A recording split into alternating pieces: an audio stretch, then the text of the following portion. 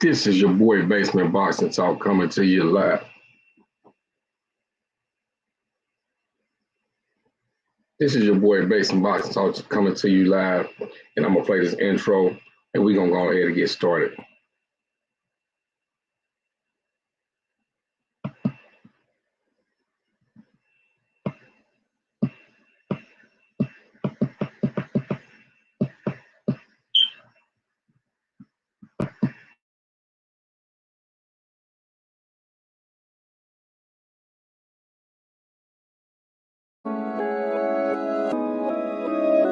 He say, basement, boxing towel. You know I'm a warrior, right? Fuck that, I'm a champion. Basement, boxing talk. Left, right, jab in the hook. Better protect your jaw. 12 rounds if you can last. Better protect your fall. I got hits like Mayweather. You hit that round of applause. No question, the problem solved. Basement, boxing talk. Left, right, jab in the hook. Better protect your jaw.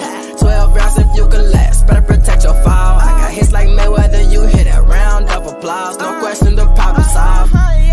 I'm feeling cocky. I hit a thing to beat the ring, a boof up like I'm Rocky. ASAP, any opponent think they can stop me. I stay strapped, chop, tryna learn my moves so you can copy. You gotta give it your all. Gotta give it your all. When you're back against the wall. When you're back against the wall. When you the one people call. When you the one people call. To keep greatness involved. To keep greatness involved.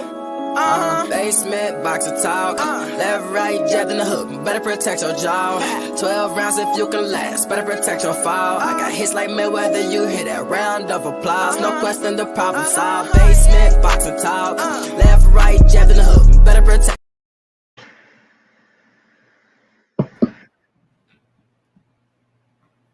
We got the good brother Black Star Sports TV in the building. What's good brother?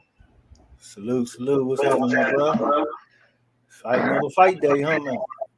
Yes, sir. We got another fight weekend. What's going on?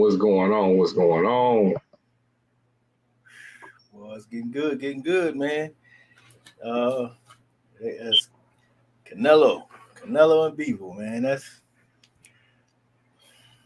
I'm just now starting to get a little interested, just a little bit interested. And it's beyond the fact of who's gonna win. It's just a matter of how, and what round, how I think the show gonna go on, because I do believe it's a show. I mean, it's what they've been proving ever since that Triple G, the first Triple G fight. It seemed like his career just went to a whole nother thing. It became something different. I think he was, in the beginning, he was on to something genuine, and he was trying to do something, and he was fighting some names, and he was really doing things to build himself up, and that was all right, But he just stopped, and he just said, "I'm going that way," and it has been more profitable, and they've been taking care of the monetary situation. But I mean, how much money is enough? At what point do you say, "Okay, it's time to go out here and really prove a legacy," and stop with the falsism, like hey, Canelo's making history. History doing what? Fighting subpar fighters? I mean, he ain't fighting nobody where the other fighter has a fan base. I mean, who has he fought that's had a fan base? I mean, really. I mean, I guess you could say the UK guy, the Orbital Bone, whatever his name. I can't even remember his name. He used to talk so much stuff, but he quiet as hell now, right?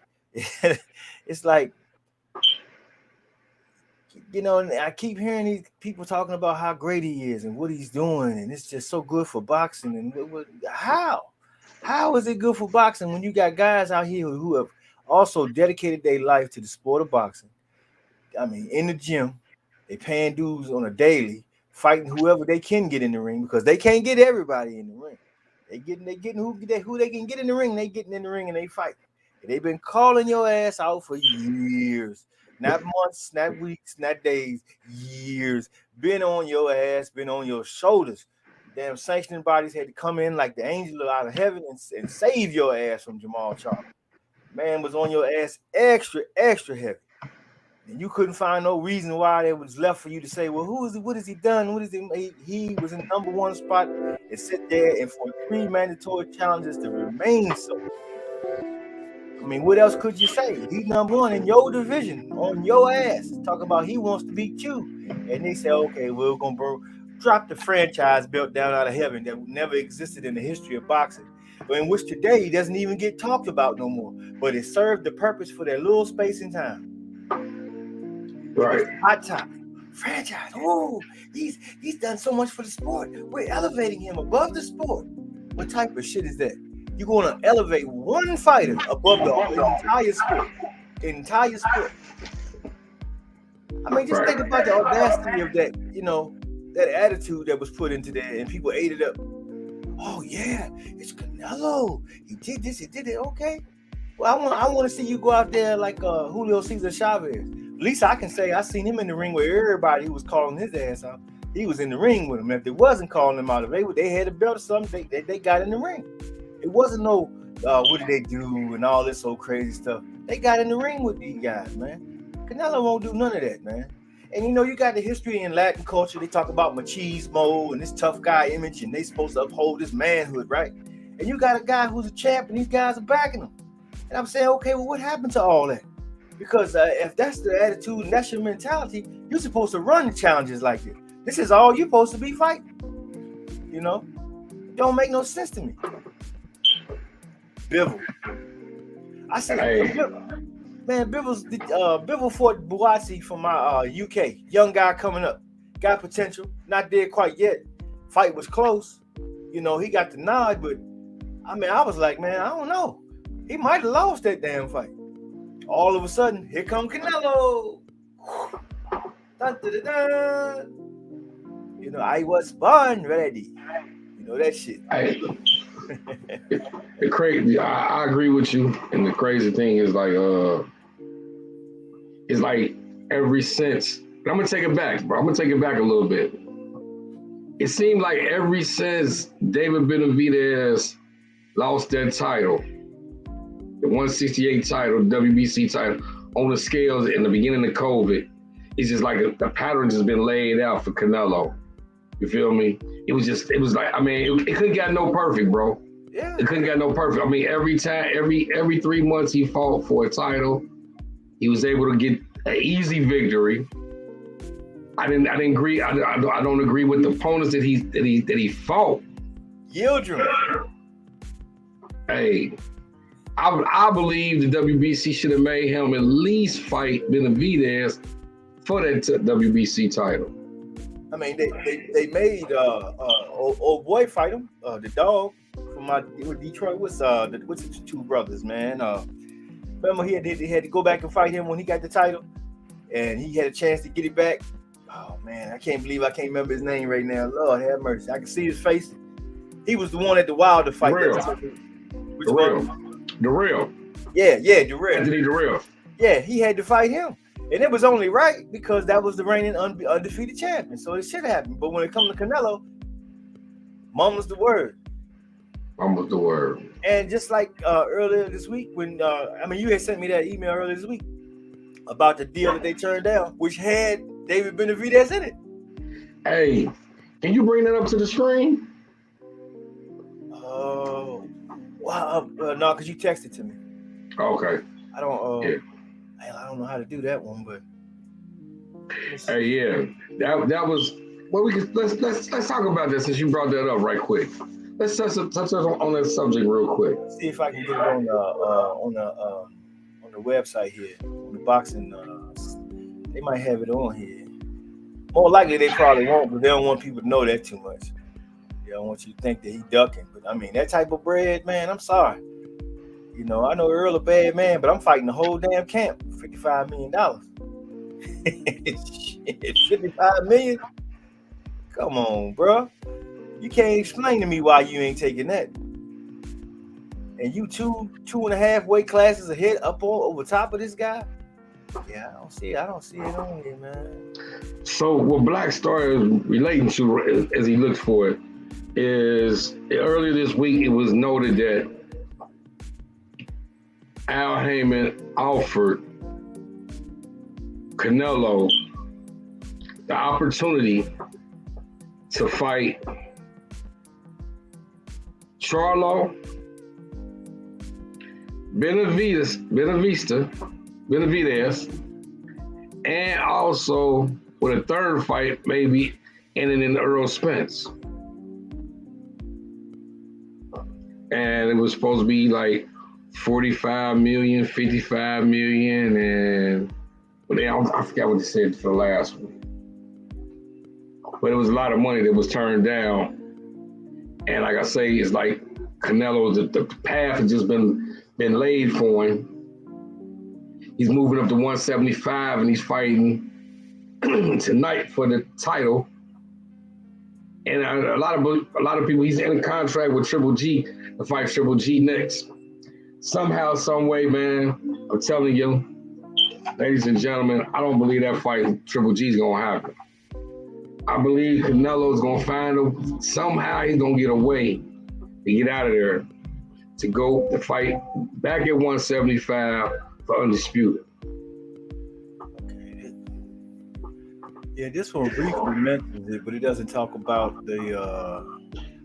They talk about the Spence fight. They don't mention the Charlo and the David Benavidez, but that was also part of the deal.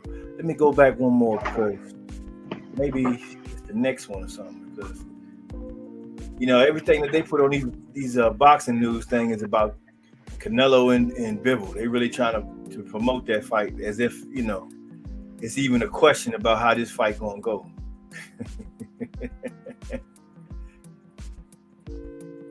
Yeah, let me see. Let me go back just a little taste more. Oh, wait a minute. Here we go. Benavidez and Charlo. It says Canelo critical of Benavidez and Charlo's next fights.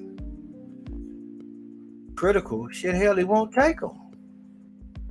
Okay, he's still... Okay. Let me see. Now, then they jump off the subject right here. Then they're talking about it now. Game plan. Then they talking... Okay. Yeah, they not covering that, like, to the degree that we want to talk about it. But we'll just fill it in.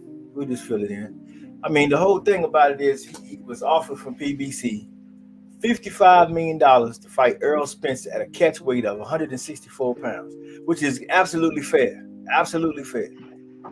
Here's a fighter who has a fan base, great reputation in boxing, has had so for years. Even he himself has complimented him. He ain't never none of that "you're a horrible fighter" shit ever said about Errol Spence Jr. from nobody. Nobody even begins to think that when they come to this guy here. Unlike all the other guys that's in the line of opponents that he has fought. The guy today only has 17 fights, y'all. 17 fights. Remember, he had 44 when he fought Floyd Mayweather, and he was the bigger fighter, and he was younger. You see what I'm saying? He had all these advantages. But he was green. Oh yeah, he was green. All right. He was green on that motherfucking paycheck. That's what he was green at. But $55 million to fight a fighter that's 2.5 weight classes below you. Great fighter that's 2.5 classes below you, right? And you had. It was rumored a few years ago that you offered $20 million to him to have this fight. It is now doubled, almost triple to you, and you don't want that fight. And in addition to that, 45 for Jamel or David Benavidez right after that. So you got $100 million in 2 fights, more money than you have made with any sanction with anybody to this point per fight. Even beyond the money that he was being cheated by Oscar when Oscar was stealing that $5 million from him out of every fight. Right. He was offered it. But you say, no, I don't want that. I'm gonna go fight Dimitri Bivol. He's a 175-pound champion with 17 fights. 17 fights. And then what after that? I just said a minute ago, I was talking about Bivol fighting Buatsi, right? Guess whose name popped up again? Buatsi. Why not? The guy you fighting today, beat that guy. Exactly. Salute to TS Boxing. What's good, brother? Tyrone in the building, man. Good to see you, brother. Yeah, man. This is the great line of fighters that he fight. Callum Liam's Callum the third, Ipswich the fourth. I got to add something new to it because it's the same shit over and over again. They keep eating it up. No, man, come on, man. He is like a comic book character. Somebody's writing this story, man. This is fugazi as hell, man. And I'm tired of it, man. I'm just tired of it.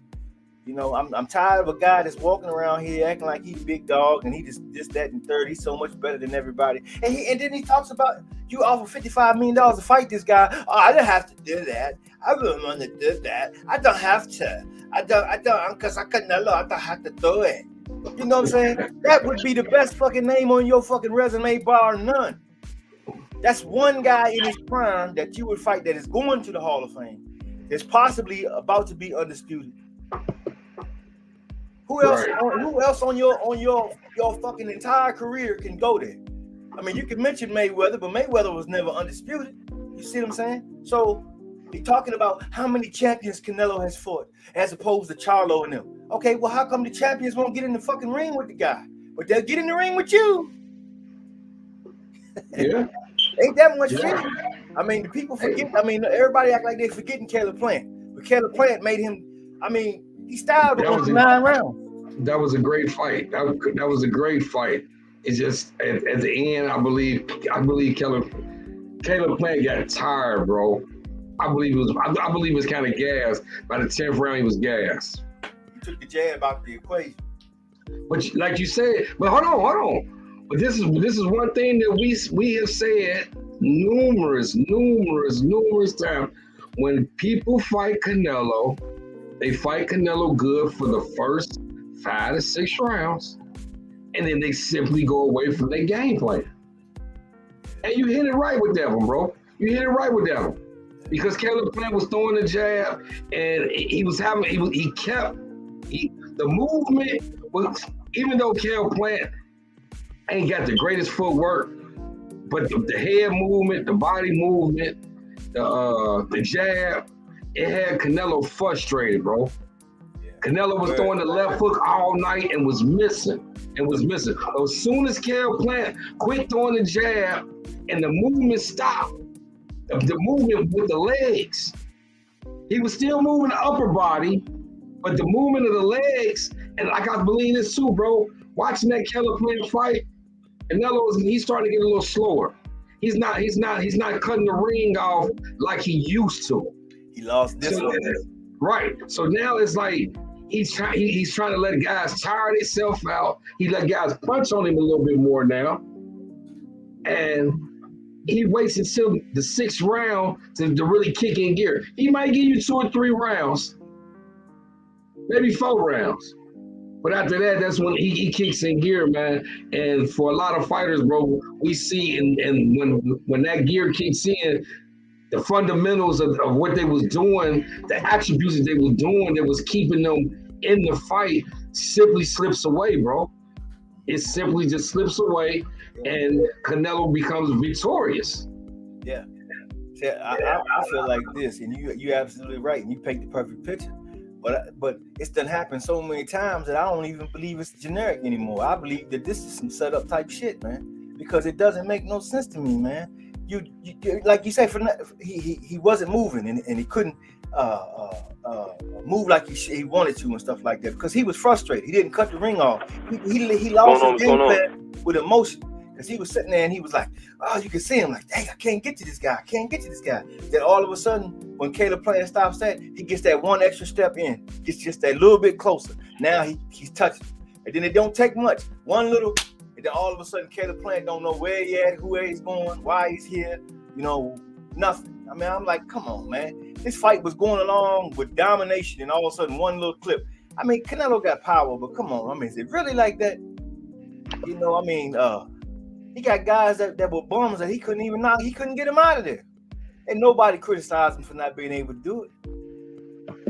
Cattle Smith looked like Popeye with the one big phone. Shout out to my man, my man Smoke. With Smoke with me TV in the building, bro. What's up, Smoke? Salute. What's going on, big bro? Just chilling, bro. I appreciate you coming through, bro. You can hear me? Yeah, we hear you. Now you all ready, brother? Huh? What's good? Y'all kind of choppy. Come back, leave out and come back in. All right. It seemed like it was a little delay too, because like he would say something and then the sound would come. Yeah, I don't know why I was doing that. Yeah, little glitch there. But yeah, so yeah, finish where we just left off. Canelo and yeah, it seemed like it just laid down for him, bro. Y'all can hear me? Oh, here it comes. There he is. Bro,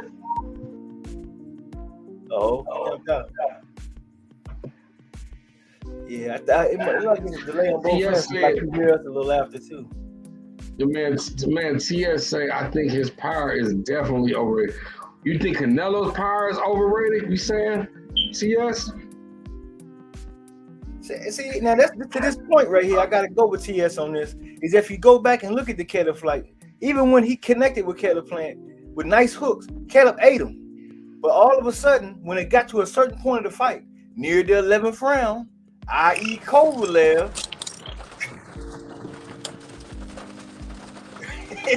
I mean, what the hell, man? Smoke was good. Smoke in the building. Smoke Wi-Fi tripping in the car. Yeah. Okay, yeah. So that's what TS was. He was talking about Canelo's power, bro. He said he was talking about Canelo's power. Yeah, and that's the thing, man. Like I say, you see Caleb Plant eat him, and all of a sudden, in that one shot, and it's always one shot. Like, really, dude, he got Deontay Wilder power. I mean, I don't get that vibe from Canelo. I don't see him as this fearful thing where you can't let him touch you at all. But you know, those are two fights that I have to look at with a little bit with the side eye. Like, man, I don't understand this, man. I mean, he was getting dominated. I mean, he was frustrated. He was out of his game. And all of a sudden, he just landed one, and then Caleb Plant act like, oh my God, I ain't never took a punch in my life. Hey, that is so true. But the thing I didn't understand was Caleb, like you say, Caleb Plant went away from the jab, but Caleb Plant started leaning his head down. Watch the fight, bro. He was leaning his head down like. And it was like, man, what the hell is going on? TS said, but you guys think that Charlo and Benavidez should stop holding their hands out and fight themselves and other good guys instead of waiting. And I agree with that too. I agree with you with that, TS. I mean, before I might have made excuses.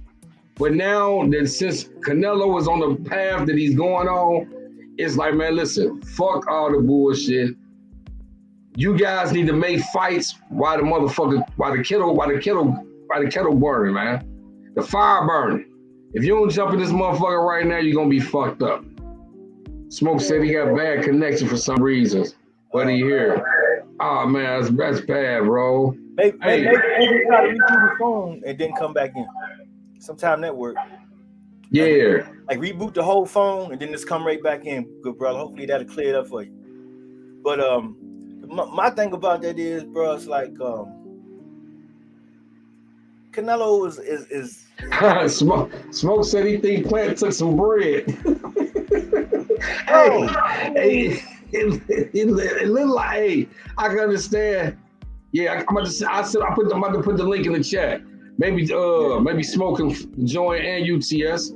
I'm about to put the link in the chat for you guys. Yeah, man. Yeah, come on through, fella. Man, it just boggles my mind how this dude, man, is able. But as far as them fighting each other, I say, yeah. I say hashtag fuck Canelo, man. Because think about it. 15, 20 years down the line, that victory gonna mean what to you? Out of all the fighters that you can fight. I mean, Canelo's small fry. Why? Because he don't really have the cachet that can really back up the claims that they making for this guy. He's just up here, and everybody is so far down here. He just look at him. You see the way he walks in the ring? Oh, he has silk pajamas on as he goes to the Shakur Stevenson fight. I mean, what the hell is going on here, man? I joke with Sean Porter for being Showtime Sean Porter, but this is Canelo Alvarez, man. He act like he wear a skirt everywhere he go, man. He don't want no smoke. Every time somebody offers a fight, he got a reason why he don't want to fight. But anybody that's on this other side that's not a threat, that don't have punching power, that really ain't had a chance to test his chin, because we don't know what kind of chin he got. As far as I understand, he only fought Triple G. What does that mean? We can't tell you because we don't know what the hell Triple G was. I saw him get in the ring with Kell Brooker, have a hell of a time before he did get the win. But hell, this guy was 2 weight classes below him. You know, I don't get it. There you go, my brother. What's up? You hear me, bro? Smoke, can you hear us? Smoke.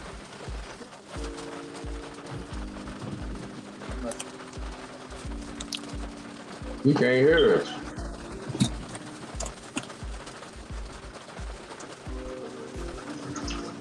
Oh man, you gotta put the earphone in. Okay. Daddy went out. Hello? Yeah. Hey. All right, there we go. There we is. In the building. Yeah. I thought that plant took some bread for that fight. I don't know. Them last couple of punches to me didn't look right. It ain't look right, bro. Hey. And listen, like Basement, you've been on Clubhouse the last couple of days. I know you hear me talking crazy on Canelo name. Yes, I give son no love. I give him no love. Like, all right, this is my thing. I understand what everybody's saying, like Benavidez and Paulo gotta move on. I understand that 100%. But what's the definition of a mandatory? You know what I'm saying? Like, what's the definition of a mandatory? Jamal was Son's mandatory. And he gave up the belt and did. I don't think that's cool. And a lot of people don't remember that though. A lot of people don't remember that, Smoke. A lot of people fail to remember that, Smoke. What's up, CS Boxing? What's going on, guys? What's up? And when I say that, everybody say that I'm bugging. Nah, yo, they just gotta move on. Yo, why does and the same thing, I know that Jamal said dude's name. All he said, he didn't call him out. All he said was, I'll knock him out. You know what I'm saying? And everybody goes crazy, and now it's Jamal gotta vacate the belt, move up, and fight David Benavidez. What the fuck does David Benavidez offer Jamal? Hey, that's the same thing me and Black Star were just saying. I said, man, listen, Benavidez lost his belt in the pandemic due to the scale, bro. Due to the scale. He was 1 pound over, bro. And the next day, it was undisputed. And they motherfuckers strip him of the belt, bro. I understand he got stripped the first time because David Benavidez. Right. So, but my thing is this: if they stripped him of the belt, why didn't they let them make Canelo fight Benavidez for the WBC belt? They let Canelo fight his sparring partner for the vacant WBC belt, bro. And remember, and the crazy part about that was, before that had happened, Canelo was at that weight class with David Benavidez. David Benavidez had the belt. Canelo said, "Nah, fuck David Benavidez. I'm not fighting no Mexicans. I'm gonna move up." Hey. And then David Benavidez loses the belt on the scale. Here come Canelo and come swoop in and grab up that belt. Why you ain't grab up that belt before when David called you out?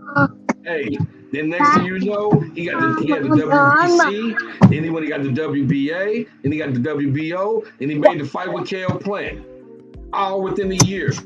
I told him no. Yeah, I mean, it was all set up within, a week of announcement.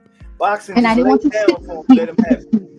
But look at Errol Spence. Look at his road to undisputed. How many pitfalls? They're talking now like, and it's rain. I'm not picking you up. What that is? Okay, yeah. They talking about. Just hit your mic for a second, Smoke, because they have background. Yeah, they talking about Armonis Canonis may possibly delay the Errol Spence Terence Crawford fight, but I'm like, how? You know.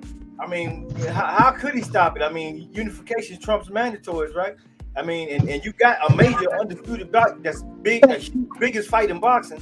What is Armonis Canonis off? He just got a belt. No. He said that he'd step aside.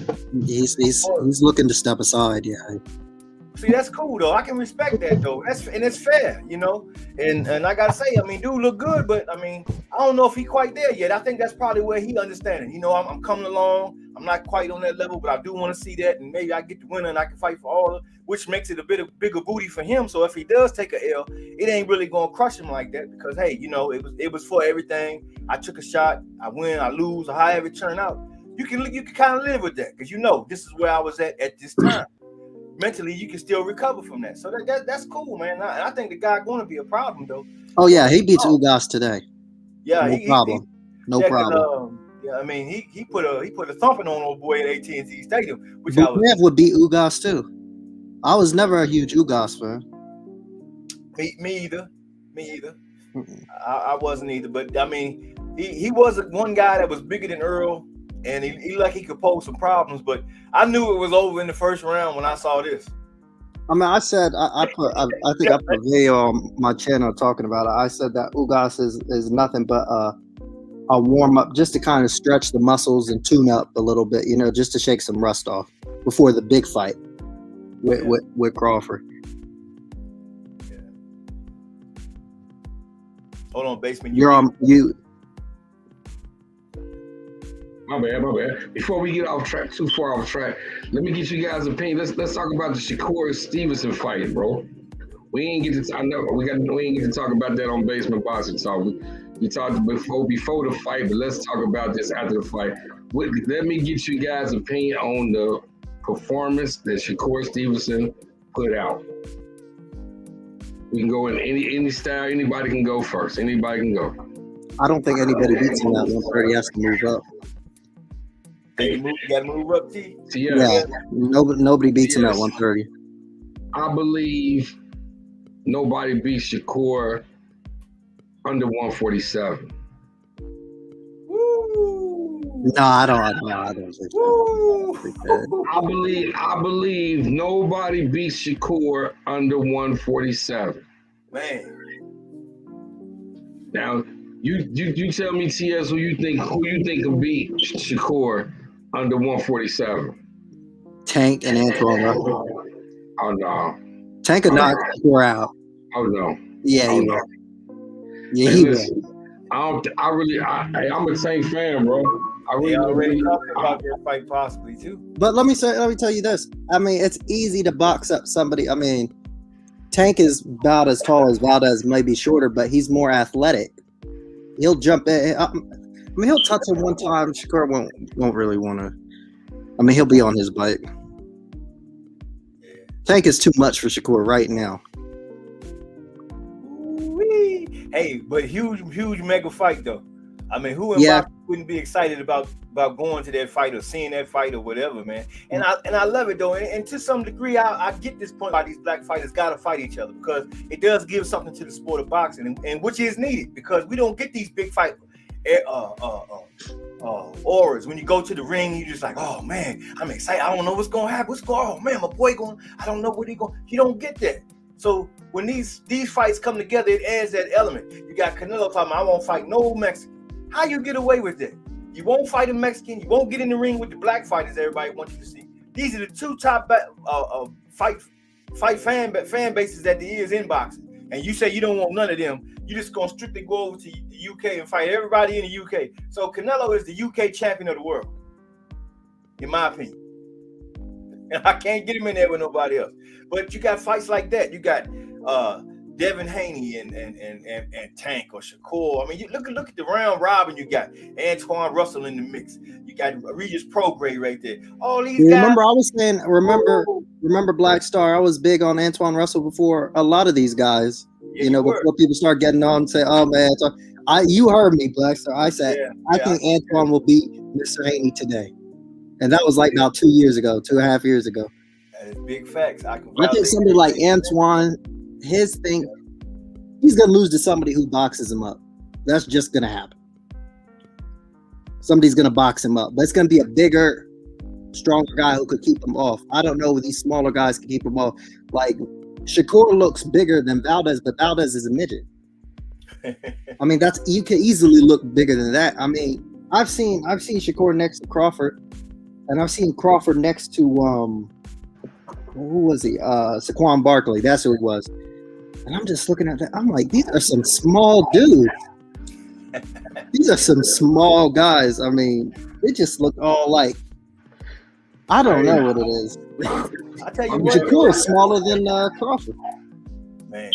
But I say, I think that Shakur, if Shakur can replicate that performance, moving forward more steadily, man, I think he would, to me, got the ability to be better than Bud Crawford is. Oh yeah. At the weight, yeah. At that weight, yeah. Yeah. But we'll see though, because he's a young guy coming up, but like he's getting his size on, a little bit more power kind of coming in now. So we got to see how that develops too. Hey. Who knows? Maybe that's everything we saw this last week. So Yeah, nah, he's definitely coming. He's definitely coming into his grown man strength. Yeah. He put the pause on that boy. He should put him out of there though. I feel like if He put the pause on it. Nah, they should have stopped that fight in the 6th round. The reason why he couldn't put him out is because he kept head hunting, bro. If Shakur would have kept going to the body, bro, man, the body shots was killing Valdez, bro. Every time he went to the stomach, bro, every time he hit that man to the body, bro, he was killing. The punches he was taking to the head, he was taking him to the head. He dropped him to the body. But he stopped going to the body, bro. If he would have kept attacking that body, bro, Valdez would have quit, bro. He would have tapped out, bro. He would have tapped out. Yeah, I believe it. But did you see Canelo's face? Oh yeah. No, normally he's screaming in the building. Salute. Normally he's screaming and hollering. He had nothing to say this fight. Oh no, Canelo ain't had nothing to say. He was interviewed about it, and he was kind of beating around the bush, saying Valdez will do the, he wasn't like really confident. He knew what was going to happen. I mean, he told him to just swerve that. If I was manager, I would swerve that. I would have just moved up or made an excuse, but Top Rank forced him to fight him. Yeah, Oscar's saying that Canelo was the one that told him to fight Shakur, and in my head, I'm like, yo, that's crazy. How you gonna tell this man to fight this type of fighter, but you won't fight this type of fighter? But see, here's the funny thing. That matchup. Most people don't understand that Canelo is in his training camp. He's constantly training against that style. He's been working against this style for a number of years. He knows that's his weakness. Press. Time out. This is no disrespect to nobody on the panel. This is no disrespect to nobody in the chat. But this is the first time that I have seen Troy Graham since Dillian White has took his loss. I got to bring him in on the show. Where Troy at, man? Everybody, welcome the great Troy Graham. There he is. Man, we found him, man. There you go. What's going on, champ? You muted, brother. You muted. Yeah. How y'all doing, man? How y'all doing? Respect, but if it's a Troy Graham experience, please say the experience. When you don't know how to block an uppercut in 3 fights, well, you get what you get. He blocked it with his I'm still a fan of the man, and I can see him coming back up against Joe Joyce in the future and doing some work. And since this man here wants to come back, I can see him finally getting the smash around. The only difference is he's gonna leave him on his knees. You're gonna leave him on his knees. You know, look him up and. Well, now you know how we feel. Now let me ask you this: do you think Deontay was right saying that Fury is a dirty fighter? Because White was saying that Fury was being dirty and doing all of this stuff. I mean, I agree with all of it. I mean, why did White not believe him the first time until he had actually get in there and feel it that the dude is a dirty fighter?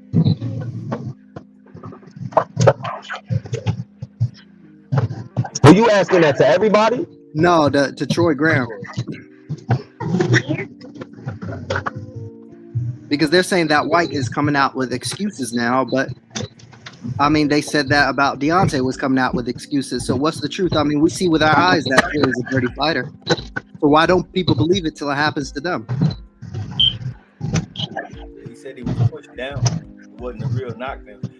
But my question with that is, why'd you get that a bad internet connection? Look like he froze up. I think he froze. Yeah, he got to come back in. Yeah. We talking about his boy Dillian White, so he might not come back. It took a while to track him down. So there you go. He hanging. Hey, y'all, listen. I switched to my phone, so I don't know if you hear that clicking noise in the background. Is it clear or is it making that clicking noise? Shen Checkers in the building. Troy Graham in the building. CS Boxing in the building. Smoke with me.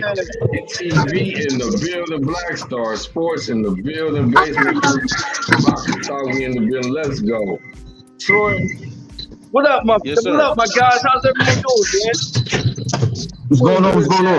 That's my mic like that? Everyone's doing good, but yeah, someone was asking me a question, man, before my tablet died on me. I said, do you see how we feel now? Who was asking me a question? Yes. Right. I was saying this. So now you know how we feel now. But my question to you was, people are saying White is coming out with excuses, whatever, about the elbowing and stuff, but we all see it clear as day. Now, do you think that's excuses or he's telling the truth? Elbows. No, I heard him mention the push, and to be honest with you, I think he should just take the loss and move on. He's never going to get another championship shot, but that does not mean he's not going to get any more good fights over there. What's up with the elbow? I mean, I don't know anything about that. Well, he was saying that Fury was using the elbow and coming in with his head, which I agree with, because the guy, he does it every fight. And now he's complaining about it, but people have warned him about it before. But it's not just him, it's everybody. Everybody will kind of throw something away until it happens to them. I'm not saying it made the difference in the fight, but what I am saying is what people said about this guy before always reappears.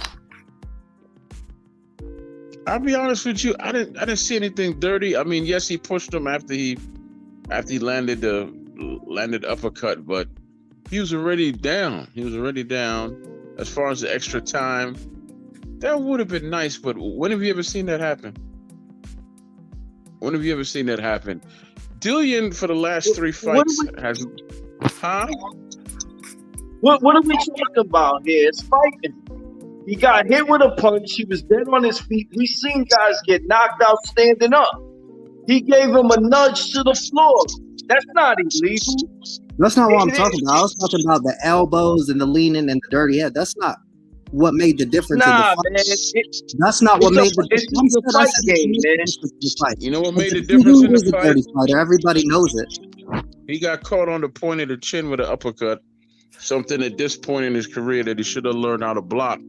And then for the last 3 fights, he hasn't really looked good. But like I said, I'm still rooting for the man. I don't know who his trainer was when he fought Derek Chisora in the rematch. He had a completely different team than he got this guy here, Xavier. He's just been going down ever since he got with that guy. I just think it's time for him to come over here to Baltimore and talk to one Mr. Marvin McDowell, aka the champion Mecca, and get his stuff together, and he could go on for another 2-3 years maybe, and then he could retire after he smashed Wilder. Yo, with Dillian White, I'm not sure. Is that who we're talking about right now? We're talking about Dillian White. Clean out. Are we talking about Dillian White? Yeah. Yes, sir. Yes. What'd you say about Wilder? Wilder and White? I can't even see. Look. Y'all ever seen that dude on Instagram or YouTube? He be looking when your man White on the floor. They gonna be like, this. Wilder will put White out, man. Come on, bro. Nah. Yes. I don't see it happening. Yes. I don't see it happening. I don't see, honestly, I don't never really call Wilder fights because, like, Wilder really ain't got the skill like that, and he be getting his ass whooped until he land that right hand. So I don't really call rounds. But I'm giving White 2 rounds in that fight. I tell you what, right? You know, Definitely. I'll agree with you if he keeps the same team that he has now. But if he comes to Baltimore, because I already sent the information to Dean right after the fight about Marvin McDowell. I sent it. I said, no. Let me finish. Yo, ain't no help for your boy, man. It's over for Dillian White, man. Hold on a He let second. Povetkin and put him on his back pocket. Let me Come finish. on, man. Let me He let finish. he let Grandpa put him on his back pocket. Let Papa put him on his back pocket. Let me finish what I'm saying, you know, because the man I'm talking about, you know, he has undisputed champion in his front pocket right now. So, and she's from Baltimore. Anyway, as I was saying, if he comes to Umar Boxing and he let Marvin McDowell train him for, I'll say, good 6 months, you're gonna see a difference. You're gonna see a difference and all that. That's the thing with some of the UK fighters, man. Some of them trying to get to the point now where they think they're too good to get a US title. Just like Lennox Lewis said, man, his career didn't really take off till he came over here and got with Emmanuel Stewart. I mean, you got to come over here and get that knowledge. That's the same thing with the Klitschko's. The Klitschko's didn't take off till they came over. And also, right, I don't want to hear him mention the push anymore or anything else. I just want him to eat this loss and move on.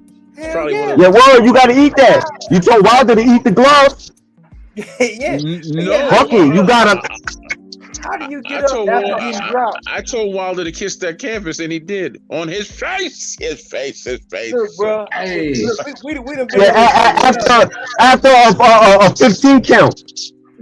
Yeah. Hey. After a 15 count. Fury was knocked out. Hold on. 15-20, he got knocked the funky fried chicken out. You gotta give Wilder some respect, man.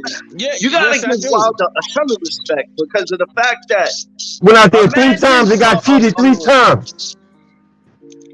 It don't matter if he lost 3 times to a Hall of Fame a cheater. Oh, he's a Hall of Fame fighter now. That nigga's not going to the Hall of Fame. Okay. He's a Hall of Fame. He ain't doing nothing. Yes, he is. Yes, he ain't going to the Hall of Fame. What are you talking about? He beat everyone in this era. No, he did not. Not that this says anything. This era is trash. No, he did you know what I mean? No, he didn't. Yo, bro. Joshua that he didn't beat. Thank you. This era is trash. Exactly. It's exactly that. He beats Joshua. He beats Joshua. Beat and beaten is 2 different things. Well, see, just like he'll trainers. Wouldn't Anthony Joshua benefit more from a U.S. trainer than anybody, really? I mean, he does have athletic gifts. He got some ability. He got the power. If he just had better, I mean, because he fought the wrong fight going in there against Usyk. I mean, he played right into Usyk's hand. I mean, that was. He's too robotic. He's a robot. He's too robotic. Yeah, but that's it's this. Stop taking those muscle builders. He's too robotic. No, it's nothing physically wrong with him. It's this. He's not. No, I agree with that. It's something wrong with his mental. There's nothing. He has all the tools to beat every heavyweight now, all the top heavyweights. But the man came down here to Houston. He was right here with Ronnie Shields, man. He should have right there. They should have got married right there. Married? not literally. But I'm talking Tommy about Brooks. As far as boxing goes. Tommy Brooks is who we should have got. You know who Tommy Brooks is? Yeah, I remember Tommy Brooks. Yeah, okay. Well, you should have got Tommy Brooks. Yeah, but ain't nothing wrong with you know how hard I campaigned for that? Well, you campaign for that one? You need to get somebody, man. I mean, Lennox Lewis tried to tell him, man. He won't even listen to Lennox. Lennox trying to tell you, look, man, my career this is better. Why should he listen to Lennox Lewis? Because he's Lennox Lewis. Shit, I listen to him. Why not? Damn right. Undisputed champ, man. Hell yeah. What has he done, you know, that Lennox hasn't done besides what, you know, beat Undisputed? Who, Fury? No, who's the Fury? Joshua. Oh. AJ's officially lost. Officially lost. You said what has Anthony Joshua haven't done that Lennox Lewis has done? Yeah, I mean, you know, what are we talking about besides being undisputed? Bro, you tweaking. That's a serious question. What's the difference between both of them? Nah, man. You gotta put more respect on Lennox's name. Hey, Troy. bro. Fact. Yes, sir. You ain't gonna Yes, do sir, that. basement. You ain't gonna do that today. What am I doing? No, listen. No. That's a Listen, serious Troy. question. Okay, Troy. easy, right? That's a serious question. Yeah. What's the difference between the two of them besides undisputed? What is the difference I mean, between that's the two of major. them? That's major, though. You gotta admit that's major. No, You but ain't gonna do that. right, but it's not Joshua's fault. Whose fault? Okay, Whose fault is it? Did this. Whose fault was it that Shakur Stevenson beat the fuck up on Oscar Valdez? Tell me about that one, Chin Checkers. Canelo. Manager. I like Shakur. I like him. I don't love him. He's super talented, and I heard one of y'all say no one could touch him all the way up to 147. Technically, I think he's probably the best boxer in boxing. Technically, he doesn't lean with his punches, defensively, hand speed. Kid's incredible. How are you that talented and you don't take no risk in that ring? You put in on the show. Why didn't you put enough pressure and get Oscar out of it? He don't have to though. He don't have to. He don't have to. He could have, but he don't have to. He don't got to. Yo, that's the difference between a good fighter and a great fighter. You don't always have to go out there and put a show, but if you're gonna pay money, you want to be a pay-per-view star, you better go out there and put on pay-per-view. Floyd put on a show every time. What was Floyd's last knockout? He showed his ass against Jamal Harry, and then went out there and he put on a boxing lesson. Why you ain't put on enough pressure and close the show on? You could have stopped him. I think that's fair, bro. I really do, because it was there to be done, and like you said, man, that's definitely there to be done. So I'm with your logic, man. That's right on par, because it's two ways you get paid in the ring from all that damn hard work. What is you training for? Is you training just to edge it out, or to wipe this motherfucker out? You know what I'm saying? I'm going in. All right, yo, hold on. Hold on, Black Star Boxing. I can't. My eyes are fucked up. I can't see your name, brother. But let me ask y'all this: do y'all think Terrence Crawford would have went in that ring and let Duke go 12 rounds with him? No. Terrence Crawford would have lit that boy up and got him out of it. You right. I gotta respect it. Yeah, that's a valid point, man. I'm with you on that. And listen, I gotta respect it. Yeah, man. I got to. You could have used my man Earl. You could have used Earl instead of Terrence, man. Nah. He used the right person. Basement.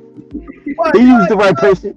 But we ain't got no Bud Justice League members in here, do we? Hey. Yeah. I ain't no Buddy boy. You understand? But I'm a Bud fan. Man, look, I fuck with both. That's my man Smoke, man. That's what's up, man. That's what's up. Hey, I agree with you, Chin Checkers, bro. Listen, man, Shakur. But maybe listen. Do you think that maybe he didn't finish the show the way he could have finished the show, and then take that little risk of ending the show because of what he did after the show? What happened after the show? Yo, that crazy shit that went on. The proposal. Oh, the proposal. I thought you meant the fight that broke out. No. Proposal. Yo, you know what I think, and it isn't just pertaining to Shakur. It's pertaining to everyone in boxing. Everyone, and it's probably leaning over to a lot of sports. No one's doing shit for the love of the game no more. Everyone is doing it strictly for the payday. And if you're worrying about your Bentley getting paid or your house being paid, you're not going out there for the finish to show your ass. And I'm tired of that shit, and I stopped watching boxing for years because of that. I'm not paying for a pay-per-view or paying to go to the garden to watch y'all fight. And y'all don't do shit when I could pay $50, $75 and watch these amateur boys go out there and give their fucking heart out. I'd rather see that, man. I don't want to see Shakur, probably one of the most talented fighters in there, with a good fighter, not a elite fighter. Yo, Oscar lost his last fight, man, and he was on steroids. Exactly. You telling me Shakur couldn't put a whipping on this guy? Cut the shit, man. I ain't paying for this. Let me ask you a question. When's the last time that Valdez was knocked out? Nah, but I'm not saying a knockout. He could have stopped him. No. When's the last time he was stopped? He hit him with a check. Nah, that part don't matter. The question is, why did Shakur have to chase him for 5 years to get that fight? Oh, Really not the question. It's always been a question. So He chased him for 5 years. He ran from him. That just shows you something. And you see what happened to him. He got his ass whipped for 36 minutes straight. Who was the last person to TKO him, knock him out, or anything like that? We talking about but Valdez. that's the thing, though, Troy, because in that fight, I mean, and I had to agree with Chinchek's brother on this, because when he could have just steamrolled, because it seemed like he was bigger, stronger, he had everything. Nobody seemed to be able to answer my question, though. Who was the last person to TKO this young man? I'm telling you, if you listen to me, Nobody. The thing But that fight should have been stopped in the 6th round. See, he go to 6th round. Yeah, he could have just walked him, got him in the corner, and just let this. In the 6th round, they should have stopped that shit. I tell you what, man. That nigga got brain damage right now. No. You know, I tell you what. He out here lying on Canelo. No. Hold on. I tell you what I saw when I looked at. Let Blackstar finish his point. Let him make his point. Huh? Let Blackstar make his point. Let Blackstar finish his point. Yeah, because that's the whole thing. Like the pressure was there, and every time he was coming in, you didn't even see him take no forward steps, and that's his whole thing. When you get a fighter who fights Mexican style, as they say, and you get him going backwards, he is totally destroyed from that point, because everything he does is based off that. He has to have forward motion, and he got to get a rhythm, and he got to get that going on and get the momentum from him. When you take that away and you coming at him, and then plus you pot shot him, hitting with big major shots. I mean, he was nothing this guy could do. His corner had nothing for him. Every time he come back, throw punches. Hey man, he's hitting me with throw punches. I mean, what the fuck? This is one of the first times I ever seen Eddie Reynoso never have anything to say. He didn't have anything to say, bro. He forgot the mouthpiece. He forgot the mouthpiece back in. Nah, that was on purpose. Gave that nigga some extra time. That was on purpose. Give him some extra. That was definitely on purpose. They gave Eddie Reynoso Trainer of the Year back-to-back years over Derrick James, and this back. He had nothing to tell Valdez in the fight against Shakur. Nothing. Tell a man cut. And Canelo normally, when it's somebody from Canelo's camp and they out there fighting, Canelo's out there yelling instructions, all that. Canelo had no answers because it looked like he was in the ring back in. He had flashbacks of Floyd whooping that ass.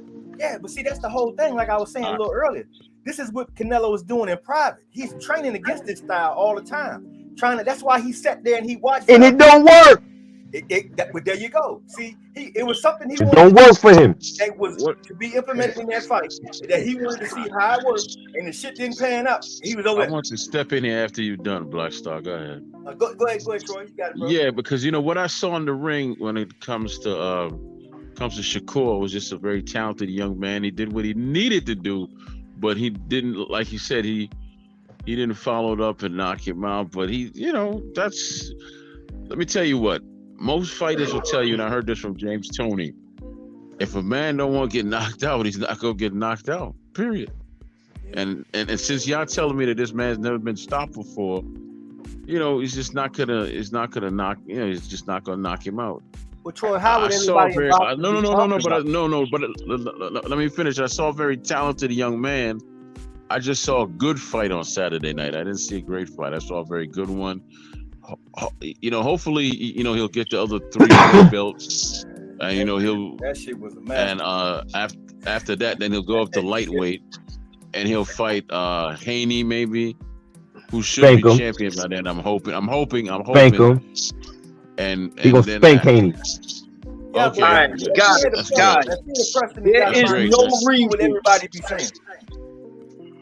Yo, there's no reason for Shakur to stay at 130. Not one reason. There's no big fights there for him. He's clearly the best fighter at that weight. No one can touch him. There's no reason for it. And when people bring up belts mean nothing. That is for negotiating tactics. The reason they mean nothing is because every so often you see a fighter win a title, don't want to pay the fees and dump the belt. So to say you want him to unify, that's wrong. He needs to move up to 135 and take on the bigger name fighters. And not only that, if you are going to fight a guy, you got to go out there and perform. Hold on. Listen to this, Chin. Listen to this shit, Charlie. What is the? Let me first. I got my man AK in the building. What's up, AK the Apostle? Okay. AK, what up? Hey, listen to this. What is the reason for Shakur to move up to 35? Listen to this. All the titles are taken right now. So it makes more sense for him to stay at 130 and clean it up. That's why. And then go on and move up to 35 because Devin Haney is trapped, bro. If he wins, he's trapped. He's trapped with them. So Devin's gonna be if Devin Haney wins, he's trapped. We gotta hope that Kambosa win.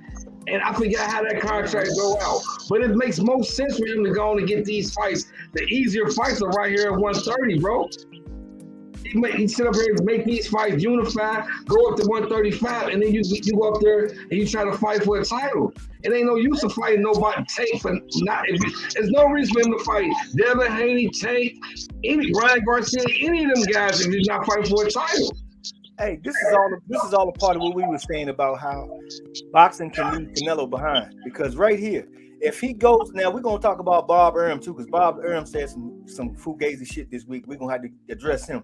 But if he gets undisputed at 130 while he's waiting on Devin to handle that at 135, whatever, undisputed versus undisputed is fucking major. So at that time, it ties right up. It's just like I did a video about Earl fight. That right there is, at 130, at 135 or however you want to put it, that fight right there, undisputed versus undisputed. You tell me you can't sell that fight. And listen to this. Shakur can get undisputed in less than 6 months, bro.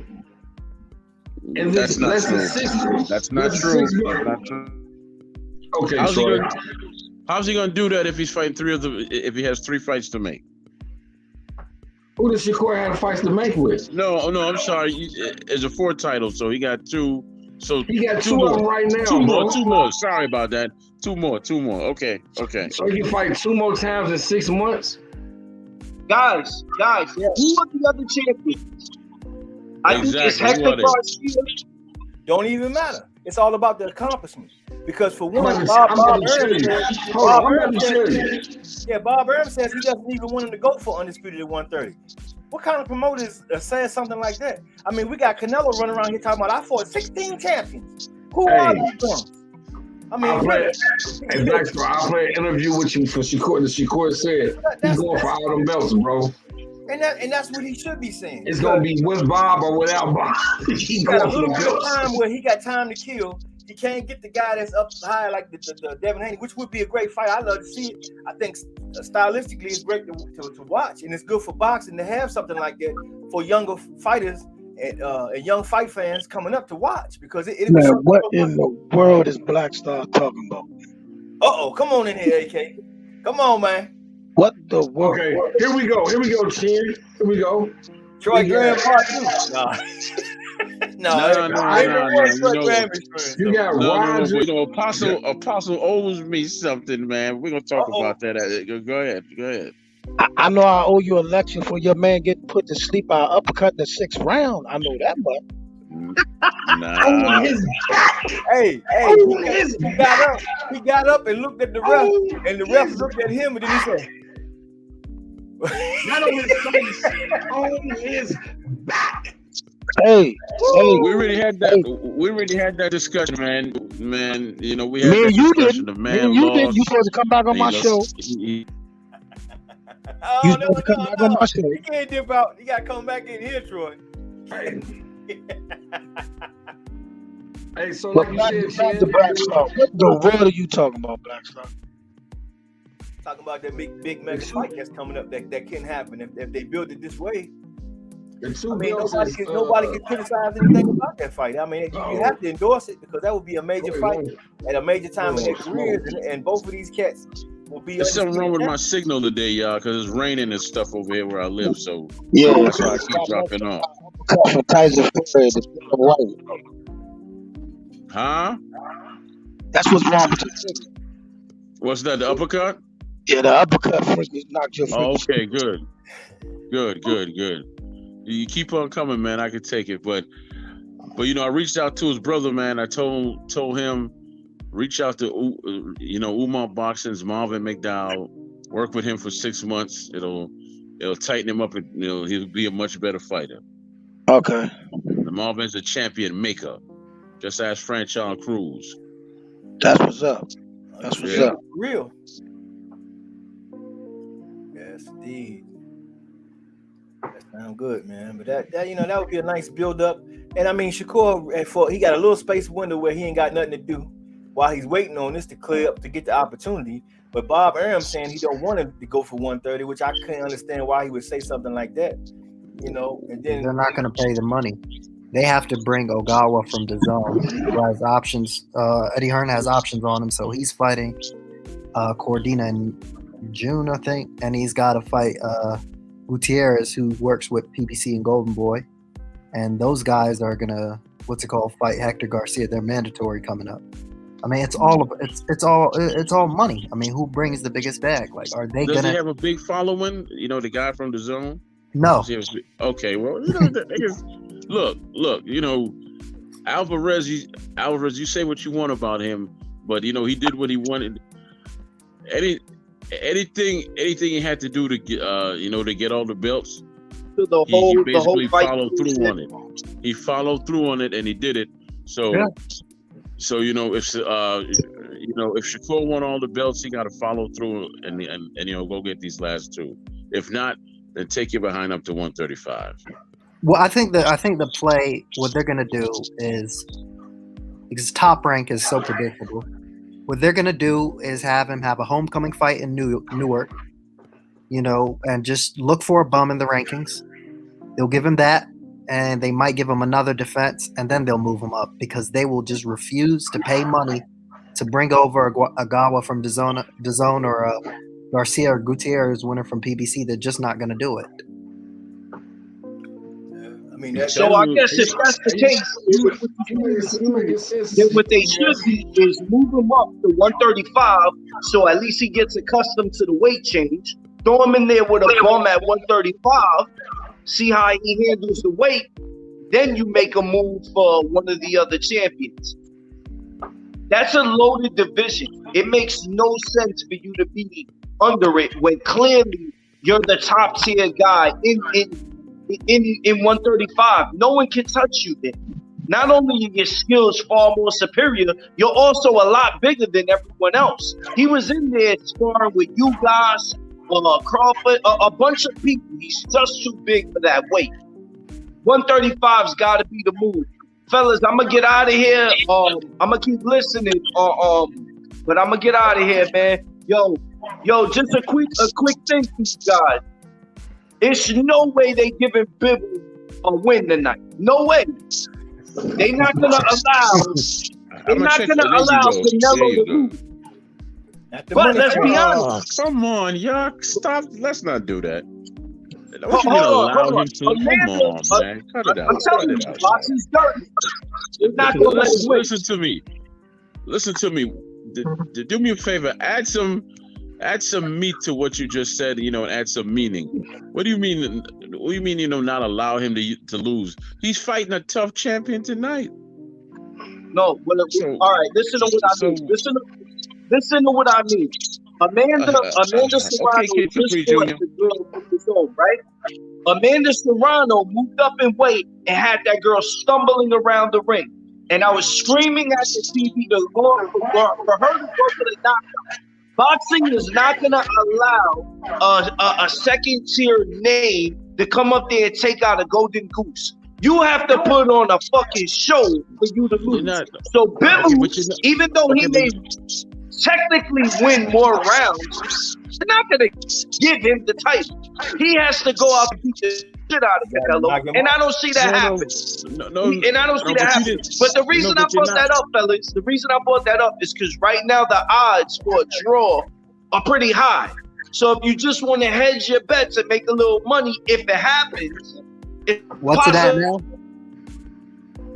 What's the draw at? It's no chance Canelo loses. But if you want to make some money, put a draw. What's the odds? But yo, I'm gonna continue listening, guys. Hold on, I'm about to tell Hold you. on. What's the odds for a draw? Give me 1 second. Yes, hold on. Yeah. They just leave. I completely Give me 1 disagree second. with that. Yes, I'm about to tell you. Yeah, go ahead. Right. But what I'm saying is I completely disagree that they're not gonna let him lose. It's clear that if it comes. Judges ain't gonna give Bivol no decision, bro. No. Listen. Common sense will tell you. Listen, common sense will tell you that I'm not arguing that point. 1,800. Oh, okay. Draws plus 1,800. Yo, fellas, I'm telling y'all, just put $10 up on the draw. You know what I mean? Just in case it happens, y'all can thank me later. Yo, fellas, it was good talking with y'all. I'm gonna keep listening. Hey, brother. Brother. Anybody ever tell you that you look like what's the DJ name? Kid Capri. Nah. I normally get pit bulls. Nah. I don't see pit bulls, man. I see Kid Capri. I see Kid Capri, kind of like the other. Hey, shit, man, don't pay this guy no attention, bro. Hey, kind of like the other cat that's here look like Bow Wow. He like one of your uncles at the barbecue. Like, man, don't pay the dude no attention, man. Uncle Leroy. I'm so confident. I'm not worried about none of that shit, man.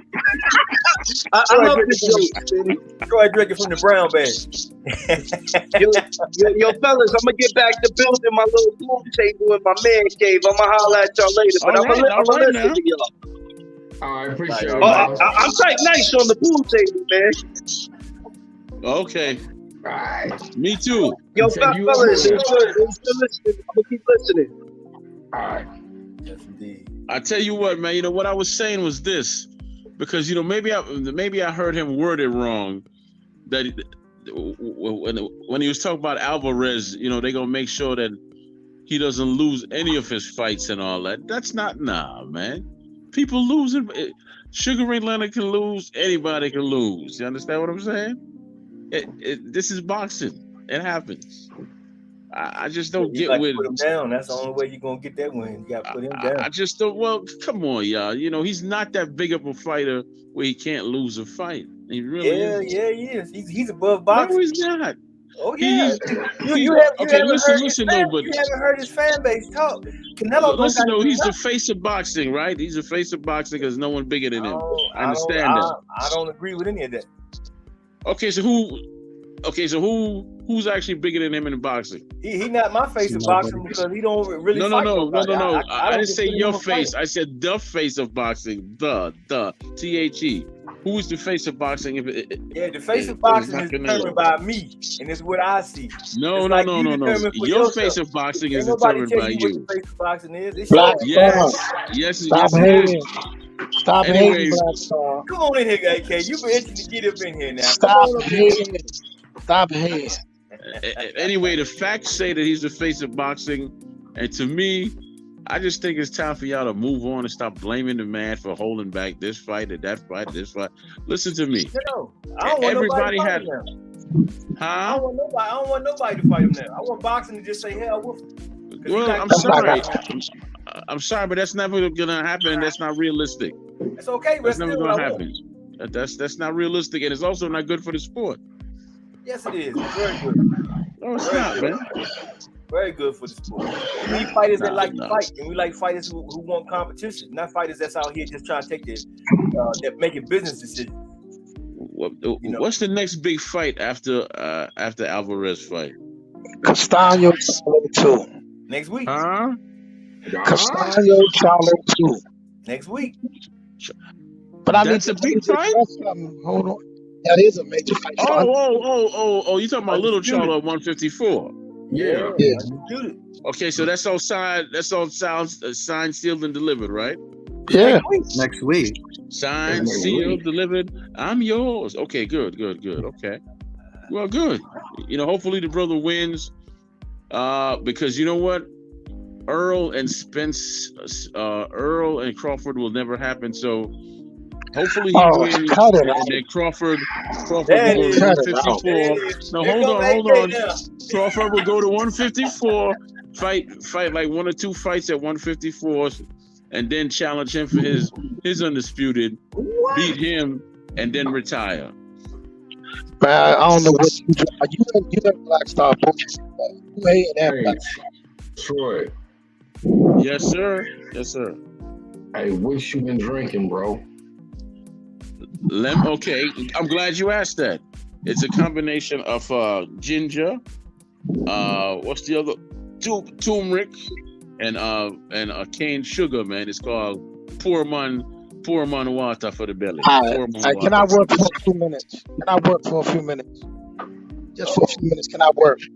Yes, sir. Let him in there. You got it, bro. Let me work. Please let me work. Now, first of all, I'm gonna go to Black Star because for the first time, I think in my foreseeable life, I had to agree with Troy Graham. I think I'm sick, but I think Canelo earned the right to do whatever he wants.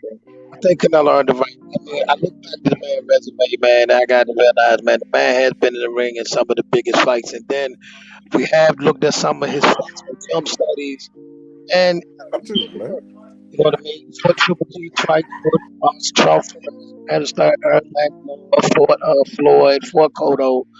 Leave the man alone, man. He don't want to mess with them. Make the move, let him do it. Now, Troy, I think you absolutely right. That Earl Spence fight is happening later on this year, man. You don't believe it, just put your glasses on and watch it when it happens. I was on mute, man. I was saying this, and I mean it too.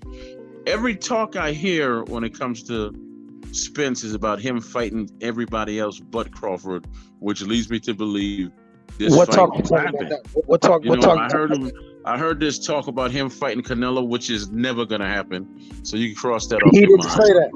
The man right? said directly. He said Right? directly. The fight he wants next is Terrence Crawford. He said nothing else. That's what he said. But I think his boss said he's trying to set up a fight with Canelo. That's not what his And boss then, said. That's and not then what I, his boss said. and That's not what his then I boss heard said. whispers. Then I heard whispers about him moving up and fighting Charlo and this that. You know what I'm saying? The fight is gonna happen. What is wrong with that? Before we get a verbal assault with Troy, let me salute my guy. Ohio Runs Boxing just joined the panel. My man Maurice, Ohio Run Boxing. What's good, bro? What's good, family? Can y'all hear me? Run Boxing. What's up, brother? What's good, I beat man? that boy. I beat that boy. I think the DMV got something to say to Ohio, but I'm gonna let that be for another show. Oh no, speak your piece. Don't be I said scared. it. I said what I said. Don't be scared. I said what I said. What you mean? You said say what you say to him, bro.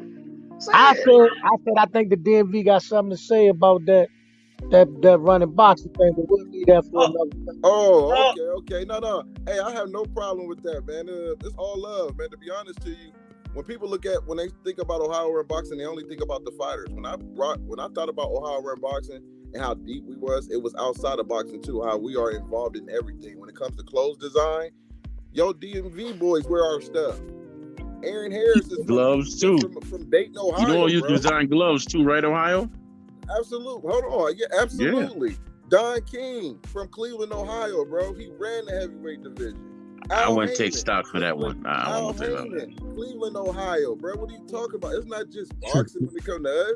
Every time we put our hands in something, it becomes gold, bro. So I look at it as a whole. The tag team, what is it? The manager belts that they wear at the WBC that you put on your shoulder now. That was from Ohio. That's our idea. We brought that to WBC. Maurice Suleiman. We brought that. So when I look at it I'm proud of where I'm from, and I don't have no problem with other people repping where they from, bro. It's actually joy when I see other people talking about North Dakota run boxing and Iowa. It's funny, but I laugh at it because I embrace it. I know where it came from. That idea came from Ohio. Everybody was scared to say that they state ran it because they really don't support each other like that.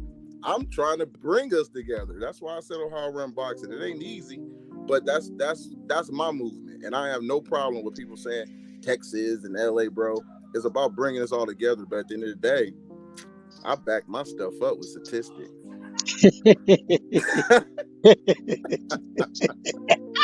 It's all love. Hey, My talk your man. talk, homeboy. Talk your talk. My man. Hey, talk your talk, man. It's love, man. I don't got no problem with y'all saying that. None.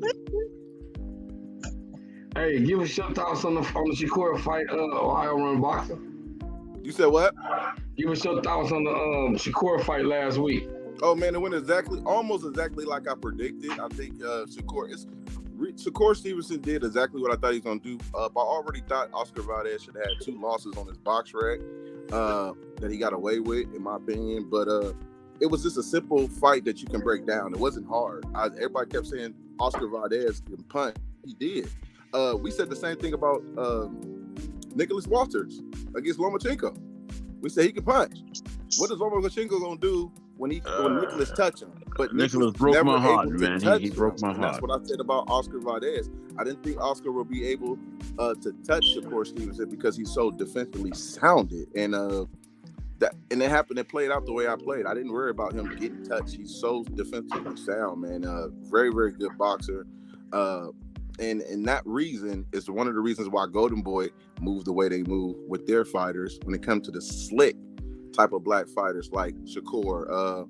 They avoided the Rashidi Ellis and Virgil Ortiz. I don't care what nobody say, bro. It's not really just race. It's just the styles. You know what I mean? We can definitely bring the race into it when it comes to the politics, but Rashidi is a bad style matchup for Virgil, who can actually punch. But again, we talking about a guy, you can be a puncher and not be able to get to that target because of that feet work that some of these guys possess. And I think Rashidi was all bad for that. Tommy McGee, Dimitri Andredes, Golden Boy, they didn't want to make that fight. They didn't. Oscar De La Hoya knows this. That's why he moves these guys the way he's moving. So Shakur Stevenson proved why it's hard for those type of fights to get made. See what I'm saying? Because that's normally the outcome.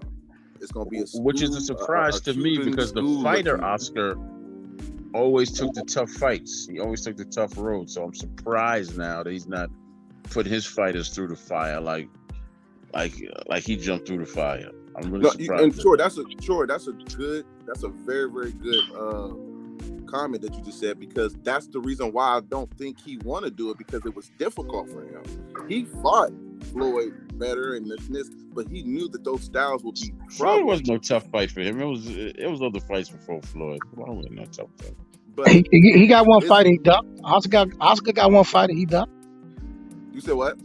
Oscar got one fight he ducked. Oh, I mean, all of them do. Oh yeah, pretty much.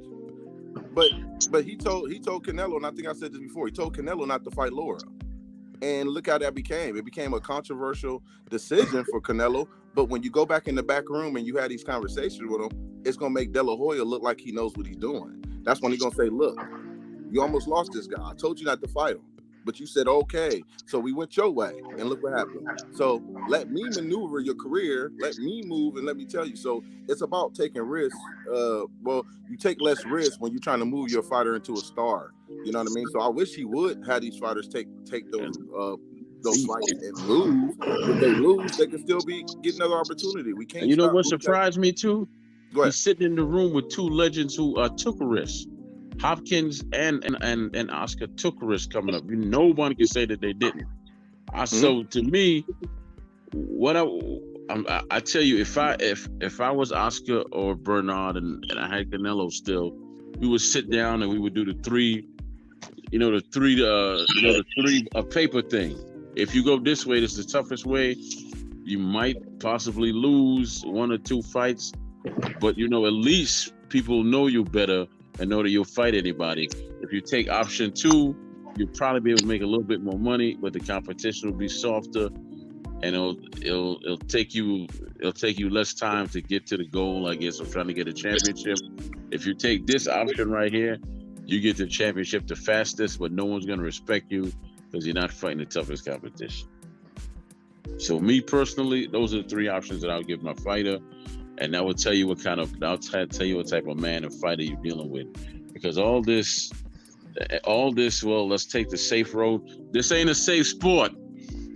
There was never a safe sport, so where the hell a safe road come into it? I heard Spence say that.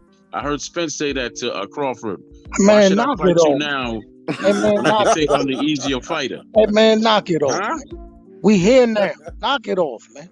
Knock it off. No, you tell Spence to knock it off because it came out of his mouth. Man, what came out of his mouth, he said, I want Terrence Crawford, I'm coming to take that belt. Deal with that. And you see anything happening? Yeah. What? They working on it. Okay, the fight ain't happening. See, you don't want it to happen. You don't want it to happen. Yes, I do. Believe me, but I'm no, not you giving. don't. No, you don't. You need that nerve to keep up. Nah. All I'm doing is following patterns when it comes to the PBC. What we want you to do is stop. You need to realize sometimes you gotta stop. You gotta watch what you ask for, man. You ask for your boy Dylan to get in there. You got put to sleep. We've been warning you this whole year about your son. Chill out. It's coming. Yeah. You can say what you want about Dillian, but he takes on the tough fights. He did. Sure he did. Troy, answer me one question about Bud though. It's what's been on my mind since I went to the Ugas Spence fight. That's scary. Why didn't my man sign the deal with the PBC and have his ass at AT&T Stadium for that fight to put this thing in motion? This thing would already be made if he had done that. If you ask me. Okay, Black Star. What does it benefit him not to have done that? Is what I'm trying to figure out. Black Star. If he would have signed with the PBC, his career would have officially been over. Thurman is signed with the PBC. You see any Thurman Spence? Huh? Santa Cruz and Russell, PBC. Did you ever see that fight? No. And I can keep going. So how exactly do they get to? Since you don't make the big fights even if you sign with them. Russell is not PBC if you want to be truthful. No, but they don't make big fights even if you sign with them. Jacobs was, what's the name, was his advisor. Al was his advisor. And he got the Triple G fight. And he got him the Triple G fight. Yes, but he didn't get the Charlo fight, did he? See what I'm saying? They don't make the fights that you want. You could tell the man to go ahead and sign with the PBC. Thurman is signed with them. There's no Spence Thurman. Charlo and Jacobs never happened. Come on, y'all. Come on. Did Thurman get the Pacquiao fight? Pay attention to detail. Did Thurman get the Pacquiao fight or not? Pacquiao is not Spence. We talking about Spence, and I'm not deviating. Who was the bigger name at the time? Who was the bigger name at the time? We are talking about Errol Spence. Who is the biggest? Who was the bigger name? Listen to me. The Black Star asked me if he would have signed PBC, would he have gotten a fight by now? And my answer to that question is no. They would have dumped him in a hole somewhere and let him rot. They would have dumped him in a hole and let him rot. What did Top Rank do for him then? Since Bob Arum is on he was a top paid welterweight. He got $4 million. That's a myth. That's a myth. That's a myth. That's a myth. We can move on from it, man, because the truth is, I'm just going by patterns. And as much as I love to see the fight, these dudes are 30 plus years old, man, and it sickens my soul that boxing's at this point. Because at 34, you should have been having rematches and trilogies and all that. You fight for the first time at 34, and I'm supposed to get excited. 34, 32, and you still can't even get the fight made. You act like they was in the same weight class. Come on, Troy, you talking in circles, bro. Brother, they've been in the same weight class for years now. How many years they been in the same weight class, Troy? It doesn't matter. The key word is that they've been in the same weight class for years. Okay. Who's next? Folks kill me with that, man. Y'all act like the car accident, the pandemic, and the eye injury never happened. Go ahead. Whose fault is that? It happens. No. It's not Earl's fault that Bob Arum wasn't willing to make the fight either. So, and it's not Bob Arum's fault that Earl got drunk and got in the car accident. What the hell are we talking about? I mean, the opportunity. Earl is a grown man. He made a bad decision.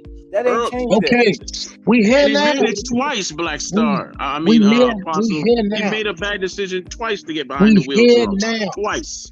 Who do you talk to get a Bud Crawford fight right now? Can you answer that? He's the big fish. You talk to him.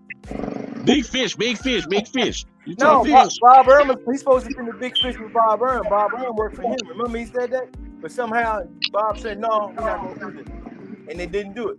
Now he got away for that specific reason. And now, you know, the most logical place to go is the PBC. The fight would be made so much easier. Hey, man, Troy the man rapper, man. Troy's the man rapper. Can I ask you a question, Black Tell Star? me why you mad, Seriously, son. Tell me why you mad, son. Everybody else Black is doing Star, Black Star. right How come Thurman and Spencer was never made? They both signed to PBZ. How come? That's because Thurman kept refusing to fight. And it got to the point where the Excuse. Santa Cruz and it's a fact. Santa Cruz and Gary Russell. Santa Cruz and Gary Russell. I mean, Because Leo didn't want to fight him. My man stuck on 2-3 fights. Out of all the fights you could Excuses. You got a champion at the end of the fight said, Terrence, I'm coming for your shit.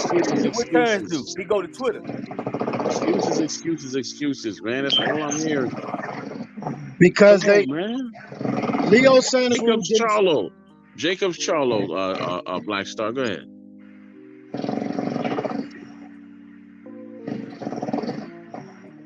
Jacobs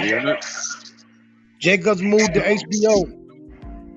Excuses. See what I'm saying? Look how quick you pull out the excuses. So we giving you facts. You call them excuses. We giving you facts. No, Charlo fought that bum. What was it, Montiel? Right, last year. He was actually offered the Jacobs fight, and they turned it down. I think that falls on the fighters though. What Troy Graham was trying to talk about, most of the fighters just want to pick and choose, you know, and sometimes you got to force them to fight each other, but it's got to make business sense sometimes, because Sean Porter didn't fight Earl at a time when he had the belt and he didn't have the belt, but they ended up fighting each other when it was unification. But Earl was trying to fight Sean. And that's what Troy is trying to point out, is that these guys are on the same side. It doesn't mean that fight is guaranteed. Look at the zone. The zone got Demetrius, Triple G, and Canelo, and Billy Joe. They couldn't get somebody at a construction site. And there's a lot of like, just because you get them on the same side doesn't mean it's gonna always happen. And that's what I think Troy's trying to point out. Somebody sound like they're the money machine. Basement, did you fall asleep? So he got a money machine going. I hope that's not him snoring. I think it is. He worked hard, man. He worked hard. Hey man, it sound like a money machine, man. Yeah, man. He need a sleep app machine if he's snoring like that. Hey, But Troy, you get what I'm saying though, right? Yes, brother. I see. Yo. But I think Crawford is going to be a guarantee where names is actually on the contract where he knows he's going to get the fight. He shouldn't have even if he had to take a tune-up, I wouldn't want a tune-up. I think he's good enough to go straight into a fight with Earl and just get it out the way. But what Black Star was saying that he should have been in Texas. I can understand that. I can definitely see your point on that, but I don't know. Some of the people down there in Texas was wilding. Like they tried to get my man the last time he was down there. Like, come on, man. It's like some of them fanatics is crazy, bro. You gotta have security down there, man. Like, but I do see, I do want them to hype the fight up. I would like to see them face to face. I would have loved that, but they don't need to do that. You said what? They ain't need to do the face to face. He played it the right way. I think the build-up would have been dope. I think the build-up would have been dope, like we see Tyson Fury and Wilder when they first fought. That was like exciting. I think it's just building. It's the build-up. You know what I mean?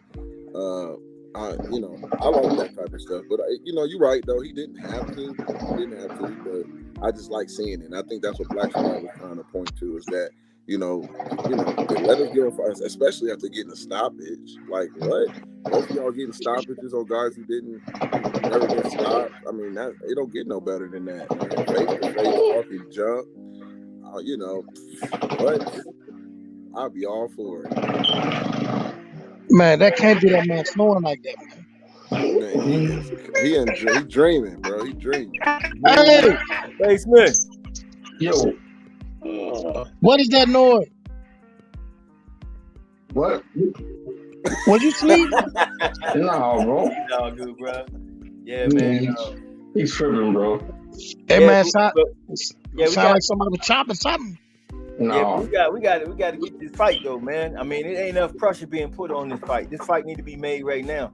And this Black is Star, this is my Black Star. frustration The because- boys are negotiating in silence. They doing it the right way. They're not doing it through the media. They're negotiating behind the scenes. Let it work. Well, here's the thing. People always talk about the promotion, right? The biggest promotion for this fight would have been for Bud to be in that daggone stadium. No, he didn't. Come in that ring and say, yeah, oh yeah, I want that damn belt too. You know, No, I he would didn't. came in that motherfucker like on some WWE shit. I'd have looked at Ugas and said, man, fuck Ugas. I'm gonna kick your ass. Boy, that whole stadium would have went crazy. Bruh, Black think Star. we're talking about it now. What would we have done if that had happened though? Black Star. Think about it. Black Star. They agreed that they wasn't going to do that. The two of them agreed they wasn't going to do that. Why not? I mean, Because they said they didn't want to do it that way. let's promote this thing though. I'm going to take the boys at their word. Yeah, I'm going to take the boys at their word. They said they didn't want. I definitely don't agree with that. I think that was the way to go, and that would have set this thing off like wildfire, man. But I mean, people are already, little stuff here and there, but that would have caught the attention of the casuals. That would have made it even hotter. That would have made the pot bigger. More people want to buy it then. They wouldn't even thinking about it. People nobody care about nothing but the ink on the paper now, Black Star. Yeah, but you need to worry about them zeros on that check too. And It's going to be there. Everybody go crazy. Tim Zero report. You got to promote this thing. Because when the fight is going on, you're not going to get that from Bud and Earl. Both of them guys don't really talk a whole lot, and that's one of the criticisms of Bud. You wanted to say something to Bud. Right? You just wanted to say something to Bud. You probably would have took a picture with him. He walked past you. Bud Crawford, man. Yeah. I mean, I ain't hating on Bud. I just don't like him for this fight. But my thing is, this fight need to take place, and the way to make it happen is to do certain things. I don't think they're doing the things that they need to do to make it really happen. And if you want to have it happen, you want to get the most monetary value. Earl is bringing the biggest cachet of everything. He's really setting up the fight. He fought all the champions. He built the stage for Bud Crawford to come in. Bud can do fucking something. God damn it, come to the damn thing, talk some shit, something. Let's do something. You can't stand there. Get an interview and you talking about this is how I got into the sport. This is what I did. Man, I don't care about none of that shit. What about this damn fight? This man said he want to take your shit. What you talking about? Oh well, and one time I was training, I thought, hey, I had did some wrestling. I don't give a fuck. Get this damn fight going. You see what I'm saying? I mean, you got people out here who criticize boxing all day. UFC, man, I can't stand that. Get this fucking fight on. So Black Star. Promote this damn thing, and let's have this huge mega fight. So Black Star, what you're saying is that Crawford pulled the Charlo in his Man, look, when he was being interviewed. I'm gonna stop attributing one fighter to some other fighter. Every man in these damn sport got to hold his own nut and be his own. Say man. the names. Say the names. I'm telling you right now, Bud Crawford right now is what we talking about. And when we talk about somebody else, I'm gonna tell you about them too. I talked about Canelo. Ain't nobody else immune to this. If Errol Spence did not say what he said at the end of that damn fight, I'd be on his ass too. But he didn't do that. He said, "I'm coming for your shit," and that's what he was supposed to do. You got a guy sitting there talking about some on Twitter. Yeah, keep the belts warm. Keep the belts warm. Motherfucker, get there and stand there with your shit talking. Yeah, motherfucker, I'm kicking your motherfucker ass. All of y'all would have went fucking crazy. I would have been the first. The main one out there motherfucking delirious. Man, you heard that shit? He said he gonna do. Oh man, if you didn't know nothing about boxing and you ran into me, you buying a ticket. You know why? Because I done covered your ass. You be like, dang, that dude was excited. He said, man, that dude did this, he did that. You don't know nothing. That's what a casual is depending on. That's what Black Star, breathe. Right? Breathe. Come on, bro. I'm just saying. Breathe, Black Star. This is the kind of excitement we need in boxing, man. We need that type of shit. See, breathe, Black Star. See, everybody want to be calm, cool, and collected. But this is a fight game. You got to go out this motherfucker and go berserk on a motherfucker. Get him in the ring. I'm trying to kill this motherfucker. You know what I'm Black talking Star, about? breathe. Come on, man. Let's live this shit up. When I walked in that motherfucking stadium with Ugas, man, I was like, shit, bro, this gonna be all right. This gonna be a tight fight. Ugas big. I thought, man, what's gonna happen? That's a good feeling, but it could be that 10 times greater if Bud Crawford had done that. The atmosphere was already set for it because he'd been there before. If he came back in and he did like that, I mean, they got a reaction last time just for sitting there not saying nothing. So what if he had walked in there and said that? What that would have did in boxing? Every sports writer would have had to write something about it. Everybody would have had to talk about it. Nobody could ignore that shit. And that's what you want. You want the spotlight on your shit. Hey, Black Star, breathe. Right? Basement, go get an energy drink, Basement. Black Star, breathe. Basement, go get an energy drink. Earl Spence had built his whole fight by himself. Bud Crawford is showing up like some chick he proposed to that show up at the wedding. He done built every fucking thing. He ain't done nothing. Hey, man. Black Star ain't do nothing for this fight, Black Star. He ain't do nothing for that. What he been doing? Let me ask you a question. Why did they pay their promoters? Why did these fighters pay their promoters? See, right there. These guys can't depend on them because them guys don't do their damn job. And that's a good point that you're bringing up. Just like Bob Arum. I wasn't going to make the Pacquiao fight. Why not? Why not? Big money in there. That's your fight. Okay, but tell me, you won't get paid. Why you won't make the fight? It don't. Okay, tell me this. Tell me this. What has Earl Spence? You were right in the middle of saying that Earl Spence been pushing for this fight and whatever. What is he doing? Why is anybody even talking about Undisputed now? Why has Undisputed become a trend now? Because of one man who said this shit about 5 years ago, who been on a mission for it then. 5 years, Apostle. They've been in the same weight class for 5 damn years. Yeah. Look, you can talk about the weight class all you want. Before Bud Crawford came there, the man already talked about what he wanted to do. He said, line him up, I'm knocking him down. As soon as he signed with the man. So Yes. He said something about strap season and some other season. Yeah, and he hasn't had a knockout in 6 years, right? And guess who next? Guess who next? And guess who didn't bring a punk ass to the damn stadium and represent the way he should have to sell the damn fight? Even if y'all wasn't mad and y'all wasn't on that would have sold the fight. And that's all it's about. That's all it's about.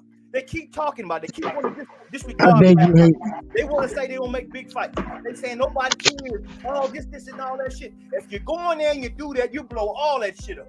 You blow it all up. Nobody can say nothing but, damn, I want to see that fight. Oh, shit. Oh, man, what's going to happen?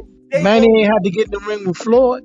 Manny ain't had to do no face-off with Floyd. AK, I ain't giving no passes. Ain't nobody immune to this shit. He's supposed to have his ass there. He don't talk. He ain't going to promote it no more. He had something else to do. One time to go in there and he had something else to do. Blow it up, AK. He had something else to do. Yeah, man had something else to do. Yeah, he had something else to do. Yeah, I gave the first 2 rounds to Ugas. You blind motherfucker. Ugas ain't did shit before. Ugas did won the first 2 rounds. Yeah, sure he did. That motherfucker was just like that. Oh, shit. This motherfucker hit me with what? Hey, Troy. Yeah. Hey, Troy.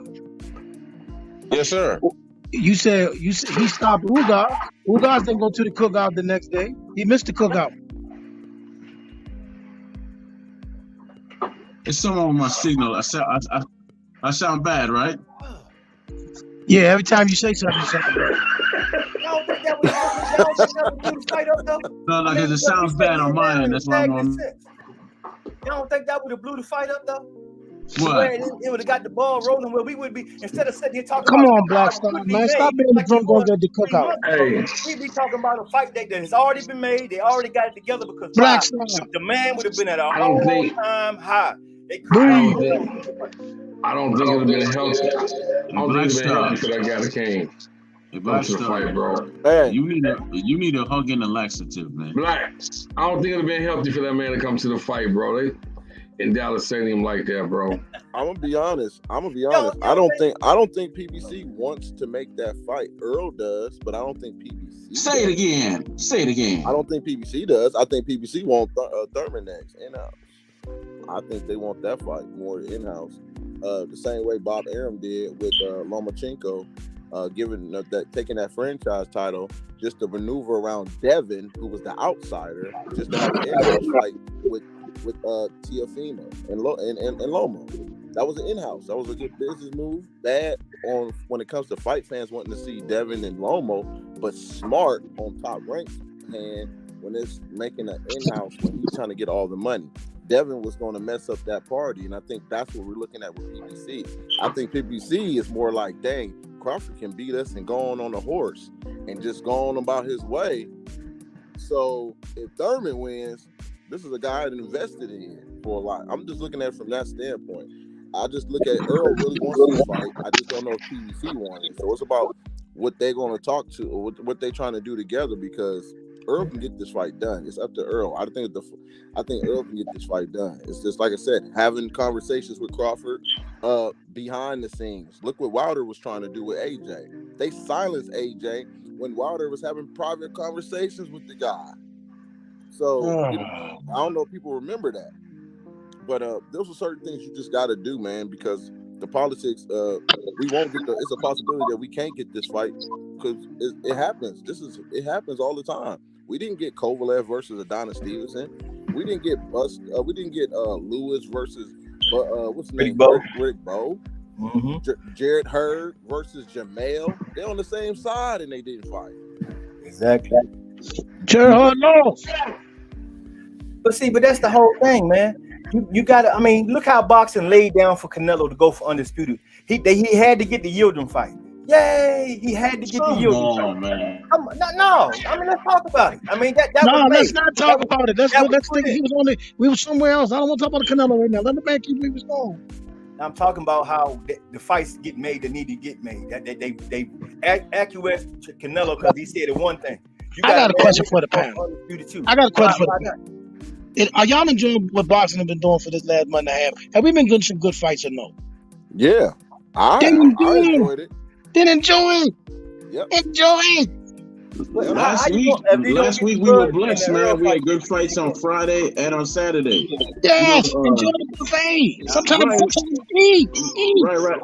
right. Because I see Rockman Jr. fought Friday, even though he lost, he still put on a good show. It was a good fight. What's the next song was on that? Y'all talking about Rockman Jr. for real?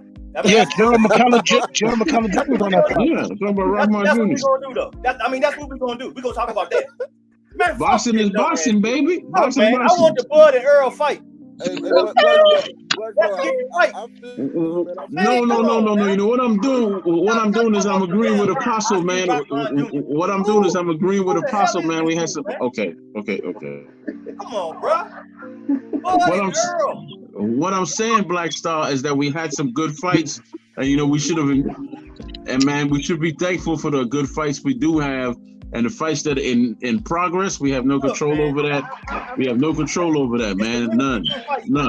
We good now, so we don't need to have no more fights. Let's be done for the year. Let's pack it up. Let's go. That's not what we're saying, man. You need a hug, man. What are you saying? Yeah, I told him, man. He need a hug and a laxative. Did y'all say y'all want this fight? Y'all want that fight? I mean, I'm trying to understand. Black Star, I'm here for you, man. I'm here for you. Come on, AK. I tell you what, Black Star. We in May right now, right? We in May, so this fight between Spence and Earl should be done by December.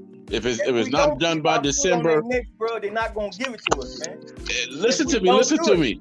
If it's not done by December, it's not gonna get made because what's a year? What's another year gonna change? AK, you see him change now, AK? Huh? Now he's saying if it ain't done what's by another December, year? He said it wasn't gonna happen. It's been 5 years, Black Star. 5 years. It's been 5 years. 5 years. He ain't even been in division 5 years. Yes, he has. Hey, listen. It's been 5 years, baby. Let me tell you, what I don't want. This is what I don't want. And I'm not gonna say, this can happen. I don't want this though. I don't want them to go into a negotiation with the false pretense of, not really wanting to make the fight so they can actually make the Thurman fight. I don't want them going to say, well, at least we tried. Now we ain't got no choice but to fight Thurman. That's BS. I think that's what I don't want. That's what I don't want because that. They both are on record. Hey, they both are on record saying that neither one of them said they will fight Thurman. They said that is absolutely not an option. They both said that. Thurman need to go fight Boots. That's what he need to do. Go on. That'd be a good fight, and after he stopped Boots, what happens? And then stop Boots. Then he can go fight Amanis Stenonius over there and get stop Boots. Stop Boots. That's what he could do. He could go over there. You know what I'm saying? If he stopped Boots, he needs to be fighting for a world title. Eliminator. Stop. Can I ask y'all something? The Boots you could see is a good talent, but who's he showcased that talent against that's up on the same level as Thurman? Once again, bro, if you don't get him in the ring, you can't prove nothing. That's the whole Once point. again, that's the same thing that happened with Crawford, but you all say something different. Now back to What Boots, I'm right? saying is, I want his ass in the ring with the guy. What I'm saying is I don't know this: what you talking about. I can see, I'm talking about that fight. I can see that the man has talent and movement and natural ability, but who has he showcased it against that is on the level of a Thurman and them guys? I want to see him fight. Later, I want to see him I fight. look at it more as a guy that he has to face in the top 10, not just in the top 5, just more of a top 10, because let's be honest, guys, there's a lot of guys that become mandatory that hasn't even did half of what Enos has done. I mean, we had Dominique Wade. What has Boots done? Hold on. That's my point I'm getting at. Dominique Wade was a mandatory. Ocampos was a mandatory. Like, come on, we gotta stop. Lubin was a mandatory, and when you look at their resumes before they became mandatory, they didn't do much. They deserve an opportunity, and that's what Black Stars. It's about just getting an opportunity to fight. Now you need a top 15, top 10. He beat Lipiness, and people say, "Well, who is Lipiness? He's a former world champion." Now you're getting someone because you're fighting experienced guys. Yeah. Now you downplay him. That's what you do, but I don't downplay too much. No. I'm all good with him fighting Thurman. I'm not saying that. What I'm saying is I could see his talents against people who are second tier fighters, right. But I haven't seen him move up and take on. Listen to me. I come from a different time than y'all, I guess. I'm 51, so when Mike couldn't get the fights, this is Mike McCollum, couldn't get the fights against the top 4 guys, he fought everybody else. No, right. And if he couldn't get those guys, then he fought those that were willing. Julian Jackson, willing. James Toney, willing. Yep. So I don't want to hear that you can't get fights here and here. Stop it. Stop with the excuses and just make the fights. The problem is we have fighters that fight once a year. But how the hell are you supposed to build a fan base you fighting once a year? I agree with you on that. I'm not even debating on that part because I agree with you. But there are certain fighters that turn it down. They overprice themselves when they look at guys like Enos who hasn't been proven. These guys are asking for almost pay-per-view money. But the whole stinking sport seems to be that way. The whole stinking sport. Yeah, but I gave, and it's the Thurman fight. You noticed that, right? I already gave him the Thurman fight. Yeah, you gave it to him, which means what? There you go. Well, I mean, it has to mean something because you want somebody to fight Thurman. I still like. Hold on. I still like. Still. What's his name? Still on this? What's the dude? I want somebody to rub my feet too, but she ain't here.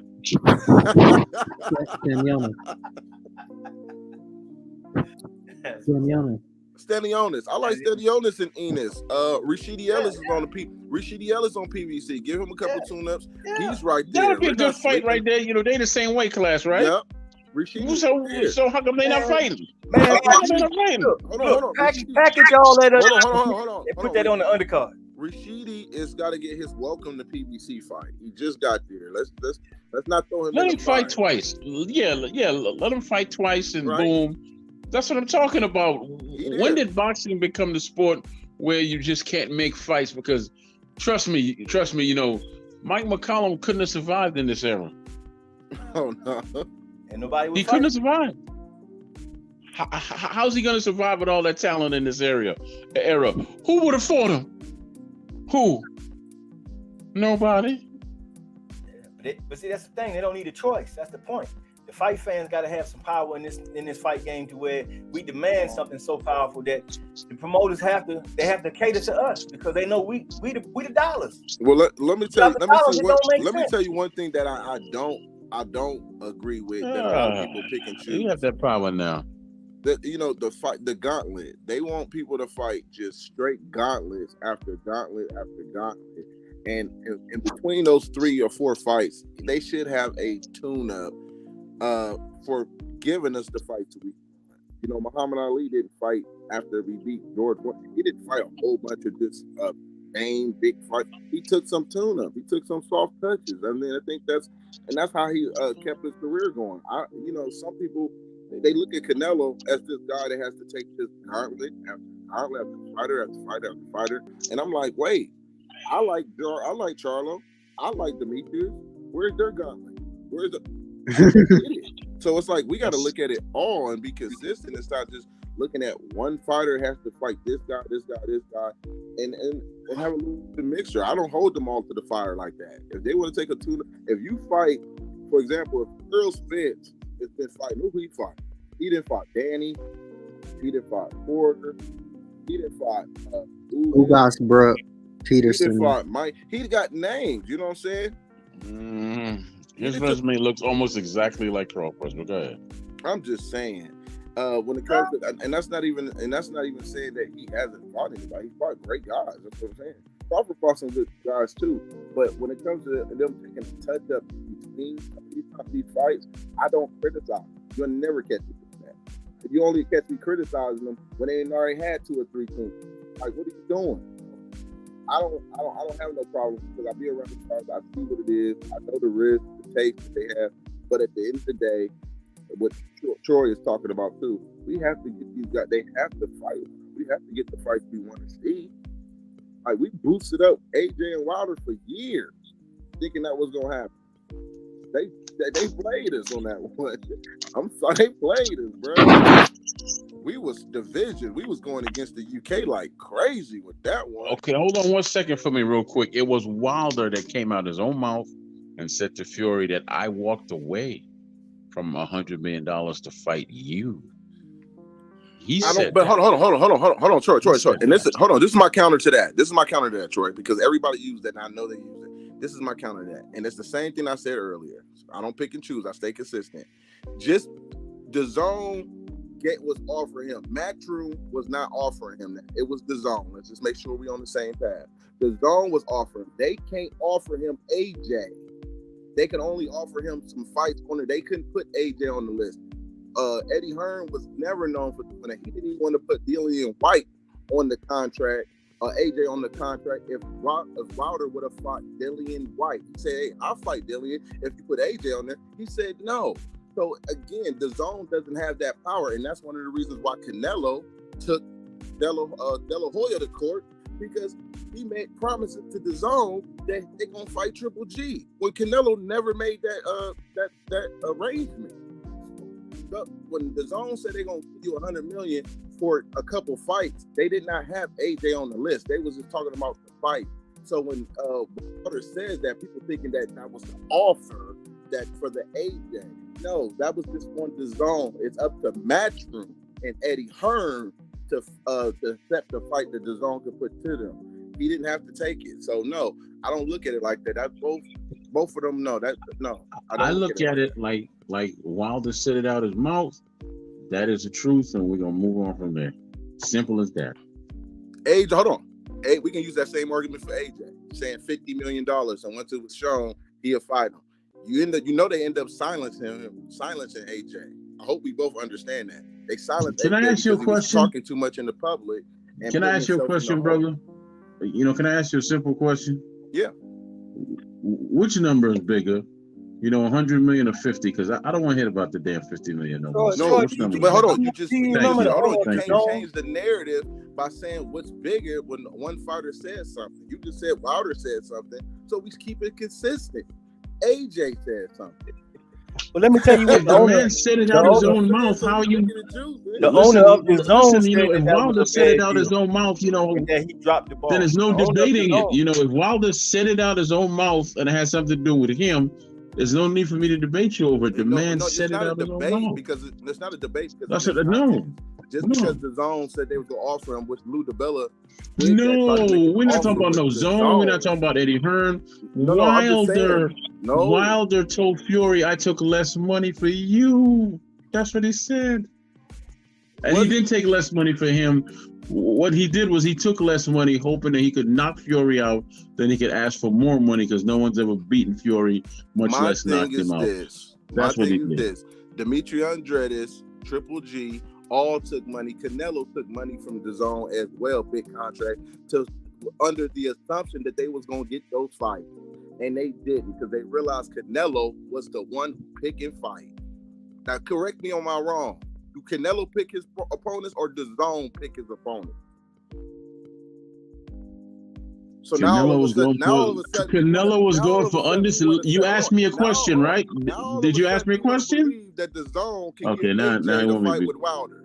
Give me a break. I'm all about being consistent, baby. Bro, you asked me a question, sir. Okay. Troy, listen for a second though. The owner of the Zone, about that $100 million that you're talking about, admitted later on. And let's not do this. I don't know. You won't even listen, bro. Just hear me out. The man said that that was a low ball, and he dropped the ball on that, and he apologized because that offer was not on par. So he said it himself. So why would you take a deal that was below what it was worth? Who? And this is what he don't want to mention. Who we talking about? Who we talking about? You lost me with this. Which is why I don't want to hear no Zone talk or nothing else. I'm just going by what the man said out of his mouth. I'm a simple man. If you tell me something out of your mouth, then it's your truth. Wilder didn't take that offer. AJ lost the next fight to Andy Rude. And that has nothing to do with, but that has nothing to do with the fact that he said that he walked away from it. He already walked away from it. It was smart not to take a deal with no fighter on the contract, Troy. I tell fighters not to do that.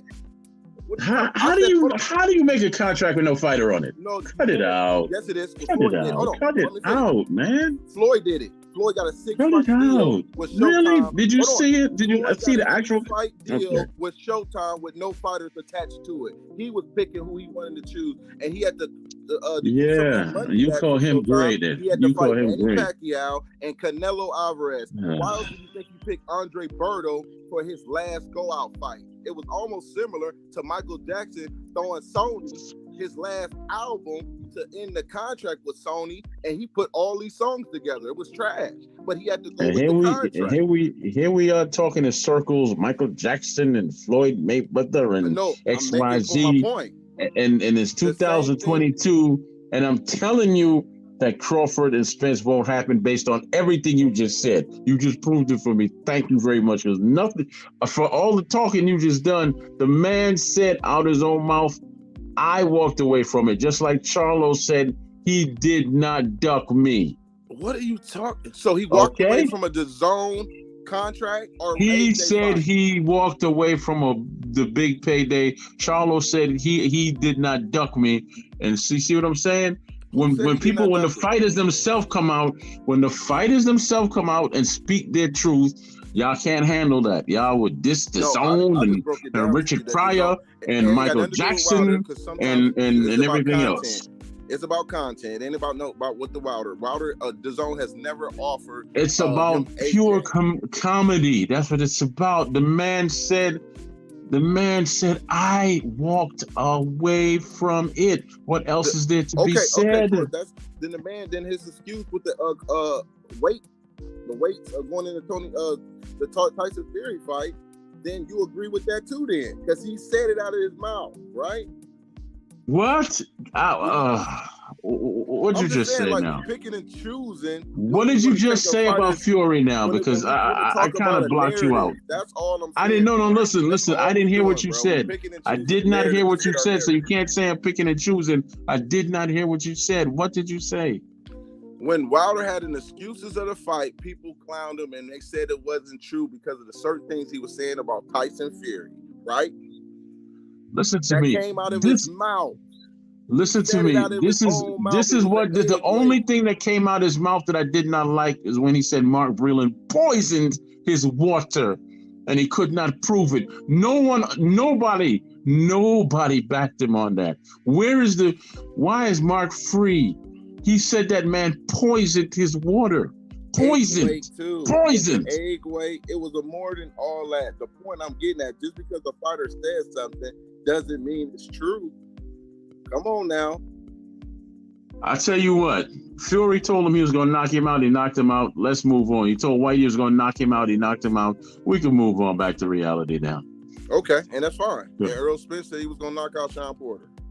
We back on the side. That didn't happen though, did it? Nope, it did not. As I was saying it may prove my point. Just because a person says something doesn't mean it's going to happen. Listen to me, man. I'm not a 12-year-old. You don't have to keep repeating things to me.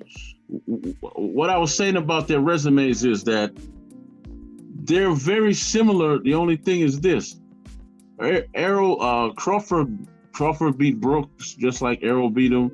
Crawford stopped Porter. Spence did not. Crawford is the only one that fought an undefeated welterweight champion, right? In Mr. Horn. And yes, Horn and all Come that on, stuff. Troy. Come on, Troy. you ain't gonna do that shit. Come on, No, man. yes, I am gonna do it. Stop. Yes, I am gonna do it. Yes, I am gonna do it. Yes, I am, because you trying to. Everybody's trying to make it like his resume is so great. Everybody's trying to. Who's on his resume? Who's on Earl's resume, y'all? Who is on Earl's? No, listen, Black Star, stop it, man. Who is on Earl's resume? Jeff Horn, oh my God. Who? You really gonna stand here and put Jeff Horn up here and you talking about... listen to me. Who is on Errol Spence's resume? That's all. Look, man, we having a real conversation without all the heavy breathing and everything. Who is on Errol Spence's resume that's so outstanding? Who? I mean, the big names are we got Porter, 2 different Garcias, Kell Brook. He beat Ugas. Ugas, okay, he's a good fighter. Everybody, yeah. But there's only one name he want right now. No, I mean, no. Let him finish. Let him finish. You said Porter, Crawford stopped Porter. Next, the big names. Yeah. What are the big names? 2 different Garcias, Porter, Brook, Garcia. Okay. So you talking about Mikey Garcia? You talking about Mikey Garcia from that moved up? Yes. And then you talk about Danny Garcia. Yeah. Okay. If you want to be the big guy that's known for having that Mikey Garcia is your biggest fight, and you outweighed him by I don't know how many damn pounds. Sure, great. Next. That's about it. That's about it, right? I'm not disagreeing with you. I'm not disagreeing with you, Mr. Graham. I'm really not even saying anything at all. I just want to see those 2 guys get in there, and if they want to fight, they go ahead and fight. I mean, yeah, Troy wanted to, but he wanted to go the long way. But Troy, you gotta consider. I want the fight to be set by December, and then they fight in 2023. That's what I want. Half the names that you named for Bud, you got to also add a little asterisk to it because they had went through the Earl train first, and Earl had already modicized their ass and gave him what was left. So, I mean, really, how you going to weigh the 2? Wait up, backside. Wait up, backside. I'm going to say this. I'm listening to y'all. Sean Porter ain't never declined in none of his fights, though. That's one thing we can honestly say. If we all really watch boxing, we cannot sit there and say Sean never looks the same. He might have changed boxing styles here and there and not be the aggressor, but Sean has never declined. So Crawford didn't fight a guy that's been beat up by Earl, man. Like, that definitely wasn't the guy he was fighting. Fought the Sean Porter that we normally see. Just Sean was fighting a guy who had different tools, different looks. That's what I saw. So I don't want to sit there and say he was a leftover or something, because Sean just never. You see what he did to Sebastian Formella. Yeah, Bud got him on his way out though, because he out of here now. And his father was criticizing his training camp because he did not train the same way he trained for Earl. They ain't no close way about that. He didn't train the same way, but he went on them rounds and fight and fought hard. He had 2 Hall of Fame trainers training him at the same time, and everybody knows he was in the best shape he was in his entire career. And that is including the Bud fight when his father said he wasn't really training the way he wanted it to. He wasn't happy with it. That is the difference in his own self. No, I disagree. And then just because his dad said, I talked to Kenny on the phone a lot behind the scenes. They was planning on retiring before the fight even got signed. Yeah. So okay, but still, that's the last fight. You out. No. But hold on, backyard. Hold on, though. Can I ask y'all a serious question about that? Coming up with excuses now. No. Can I ask y'all a serious question about the Porter? He upset. Hold on, Trey. We talked about he wanted to look good and finish boxing. If you up 7 rounds, you don't have to do it. I didn't criticize him for that. I said it was still a good win. He dominated. But we always hear excuses. That's what I'm saying. I ain't giving no excuses with the Porter. He didn't train. He's never had a reputation where he didn't train. His dad, I felt Kenny was throwing him under the bus to protect his image. That's all. He was throwing him under the bus. He really didn't even protect his image because he just threw Sean under the bus. And we never knew Sean as no guy who didn't train. Sean was always training. Always. And that's why I was like, what in the world? Yeah, so but he panicked on that second knockdown and threw that towel in. That's what it was. Crawford never got an opportunity to take the wheel from Porter, and that's what upset people because we want to see Porter get the wheel taken from him. And we can assume that it was going to happen, but it did not happen. Kenny took that moment, and I think he did that to protect his son. And then go in there and saying, he ain't been working hard, and it's like, come on. And then y'all say, it's styles make fights. Earl is a come forward fighter. Sean is a come forward fighter. Majority of the time, that's his style. That's where he's comfortable at. So when you got a guy that you can't knock out, it's going to be set for fight of the year. That's just how it is. So y'all making excuses when styles make fights. Just Crawford stopped them doesn't mean Crawford going to stop Earl. So I just want to put that in there and let everybody know styles make fights. Calm down. But at the end of the day, Crawford did stop Porter. And Earl went the distance with him. It's just the styles of the fight. That's it. Don't mean that's going Earl losing because he didn't beat Sean the way that Crawford did it. Look at Angulo. Angulo knocked down Lord twice when they fought each other. Mm-hmm. Twice. And then he Angulo lost. fought Canelo. He got knocked out, but when Laura fought Canelo, he barely touched Laura up top. When Angulo knocked Laura down. Canelo the better fighter. And then he lost that fight. Better fighter. So it's all about attributes at the end of the day, man. It's style. Just because Laura got dropped by Angulo twice, that means Canelo, who's the better fighter, gonna drop him. When Canelo had problems cutting guys off the ring, cutting the distance off. So y'all gotta look at it more than just about the attributes. And that's what I'm just pointing out. It's all right. It's okay. Okay, now don't mean he weak. Okay, now good. I had a question to ask about that Porter Crawford fight. Did he gas out in that fight? No. Did he look sloppy in that fight? No. Did he fight any less than how he did in all those other fights? No. So I don't know how people could sit up here and say that he was on his way out and he was quitting, because you can't point out to anything that he did that said that he was on his way out. You can't. You can't. No. Listen, stop. Black Star. Black Star. Did he gas out? Did he look weak in this fight? Was he sloppy in this fight, or was he just himself in this fight? He fought just as hard as he does in every other fight, so you can't say that. Here's the point that I was making. Like you was trying to use the Porter fight to justify saying that he did something to Porter that was better than Earl.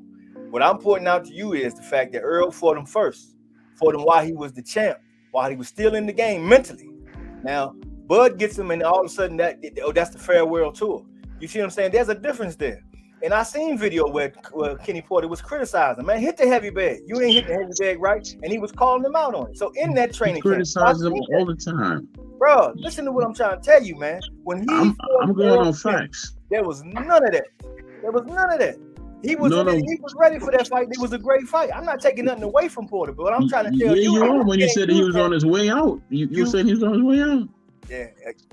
No, but you can't point out to me where in the fight that he gassed out and then he looked any weaker. That's all I'm saying. That's when the fight, that's when he started going out. When the strap got took off the waist, that's when he hit out. And Bud all I know is that man. All I know is that man fought hard and he lost. Period. He didn't do nothing. Don't worry. Bud gonna fight hard and he gonna lose. Don't worry about it. You understand? Bud gonna fight hard and lose as well. That's Bud. Here he comes. That's what everybody does that fight Earl Spence. I guess he will one day, but not to Spence, because that fight ain't happening. Yeah, okay. Well, me and you gonna bet. We gonna bet on this. I don't own that damn on this. I'm tired of this. We gonna put up a shut up on this one. Because I always make food bets, man. Oh, hey, I always make food bets. You know what side of the DMV? You in DMV, right? Yeah, man. We know. Where? You in Virginia or you in DC? Yeah, I was Northern Virginia. Huh? Northern Virginia. Oh, damn. Okay. Ain't but across the street. What you talking about? Ain't across the street from Baltimore. But yeah. Across the street and down the road. Just a little bit, man. But we've been out there too on the harbor and stuff, man. You know what I'm saying? Get that seafood and stuff. We hook it up, man. We're gonna make something out of it. As a matter of fact, we might have to get on here and do a live, bro. Well, I don't know. I gotta go to that fight, yo. Yeah, we gotta go to that. Gotta go to that one. Yes, sir. This is what I'm talking about. See, Troy, I don't want them to take the fight away from us, man. If we sit back and we just, we'll see, they ain't gonna get it. You gotta be proactive in this. Everybody, every YouTuber out there, everybody that's talking, gotta open your mouth, speak on it, make it, keep it out there. Because if we don't, they'll let it go. They'll just let it go, man. And I ain't trying to see it let it go. This fight need to happen. It should happen, and we should make sure it happens. That's all I'm trying to say. Salute to the good brother Bruce Goes in the building. Bruce, my bad. Bruce Gas. Bruce Gas Boxing. He dropped the goals and it's Bruce Gas. Bruce Gas Boxing, Jazz, and more. Salute, good brother. Yo, man. Yeah, that's all I want. I want to see this fight happen, man. And me, that would have been explosive on so many levels. It would have got everybody talking. Because I was talking to people outside the stadium, man. And some people just outside the stadium ain't know what was going on inside the stadium. So I'm like, hey, man, what you talking about? It's the fighting here, man. Dude here, blah, blah, blah. You know what I'm saying? We who love the sport gotta make sure that everybody out there who they don't kite, I don't understand, I don't know what's going on. Wake their ass up. Look, man, over here. You see him? That's a bad dude right there. He about to, oh man, you gotta go check it. You see what I'm saying? People pick up on your enthusiasm. Like, you know, even right here in Houston, man, some of these young guys I run into, I got guys telling me, man, I'm UFC. I talked to him for a few weeks, man. After he was telling me about Earl Spence, man, now I hear about him everywhere. Yeah, it's some shit popping off. You over here, but you need to be looking over there. You see what I'm saying? So we got brain cats back over there, man. We can't just sit on our shoulders and we sit on here and we talk boxing and we ain't promote the sport. We got to go out here and let people know, hey, man, this is popping off. Let's get down here and check it out. Buy the pay-per-view. You know what I'm saying? Support these guys. I tell you what, Black Star. This guy down the street. This guy over here. You know what I'm saying? I tell you what, Black Star, you know, I'm gonna be super excited and I'm gonna jump around like my pants is on fire when I hear the first bell ring and they're in the ring together. Man, that's what I'm talking about. What's up, Bruce? What's up, Troy Graham? How you doing, brother? Hey, Bruce, what's good, brother? My brother Black Star. Yeah, he is. All right now. What's going on, Bruce? I just got in the house. I saw the sign up over there, man. I'm sitting down over here getting ready to indulge in Mother Nature's finest over here. And you know, I would never get you in any kind of trouble. I'm a card-carrying marijuana patient in the state of Rhode Island, just taking my daily medication over here. And I'm looking forward to this fight tonight. I don't care what anybody says. This is probably anticipated as maybe the best fight of the year, bro. I mean, dude, we've got an undisputed champion taking on a freaking a certified light heavyweight champion, undefeated. He's got an amazing amateur background. He's a solid 175 pounder. Anything can happen. I think Canelo is going to win the fight myself, probably by late round stoppage. But man, this is boxing. I love this fight. I love I love the prestige here because, bro, this could be the first fight of a light heavyweight tournament where if Canelo wins this fight and he fights, or if fucking Bevel wins this fight, they can fight the winner of the Joe Smith Viturbia fight, and there's undisputed right there, bro. And if Canelo was undisputed in 2 weight divisions at the same time, man, you can slap me in the mouth for saying it, but that's Henry Armstrong shit, bro. You know? Yeah, Holyfield stuff too. That's Evander Holyfield as well. Yeah, man. Yeah, that. See, Bruce getting me excited now, man. I am, bro, man. I can't wait. And the Kentucky Derby's on in a little while. The most exciting 2 minutes in sports, bro. And last year's Kentucky Derby winner, he was tossed because of PEDs. It's so similar to boxing. It's almost like the stars aligned today at the right spot. You know, the Celtics are playing. I'm a New England homeboy, so you know we got Celtics and Milwaukee playing over here, and it's a great day to be a homer. I get the good herb over here in the Toka too. Basement boxing talk. You know that, my bro. This one's for you. Yes, sir. You gotta pass that around, my bro. Yes, indeed, man. Hey, give me your input on the Shakur fight last weekend, bro. I ain't talked to you.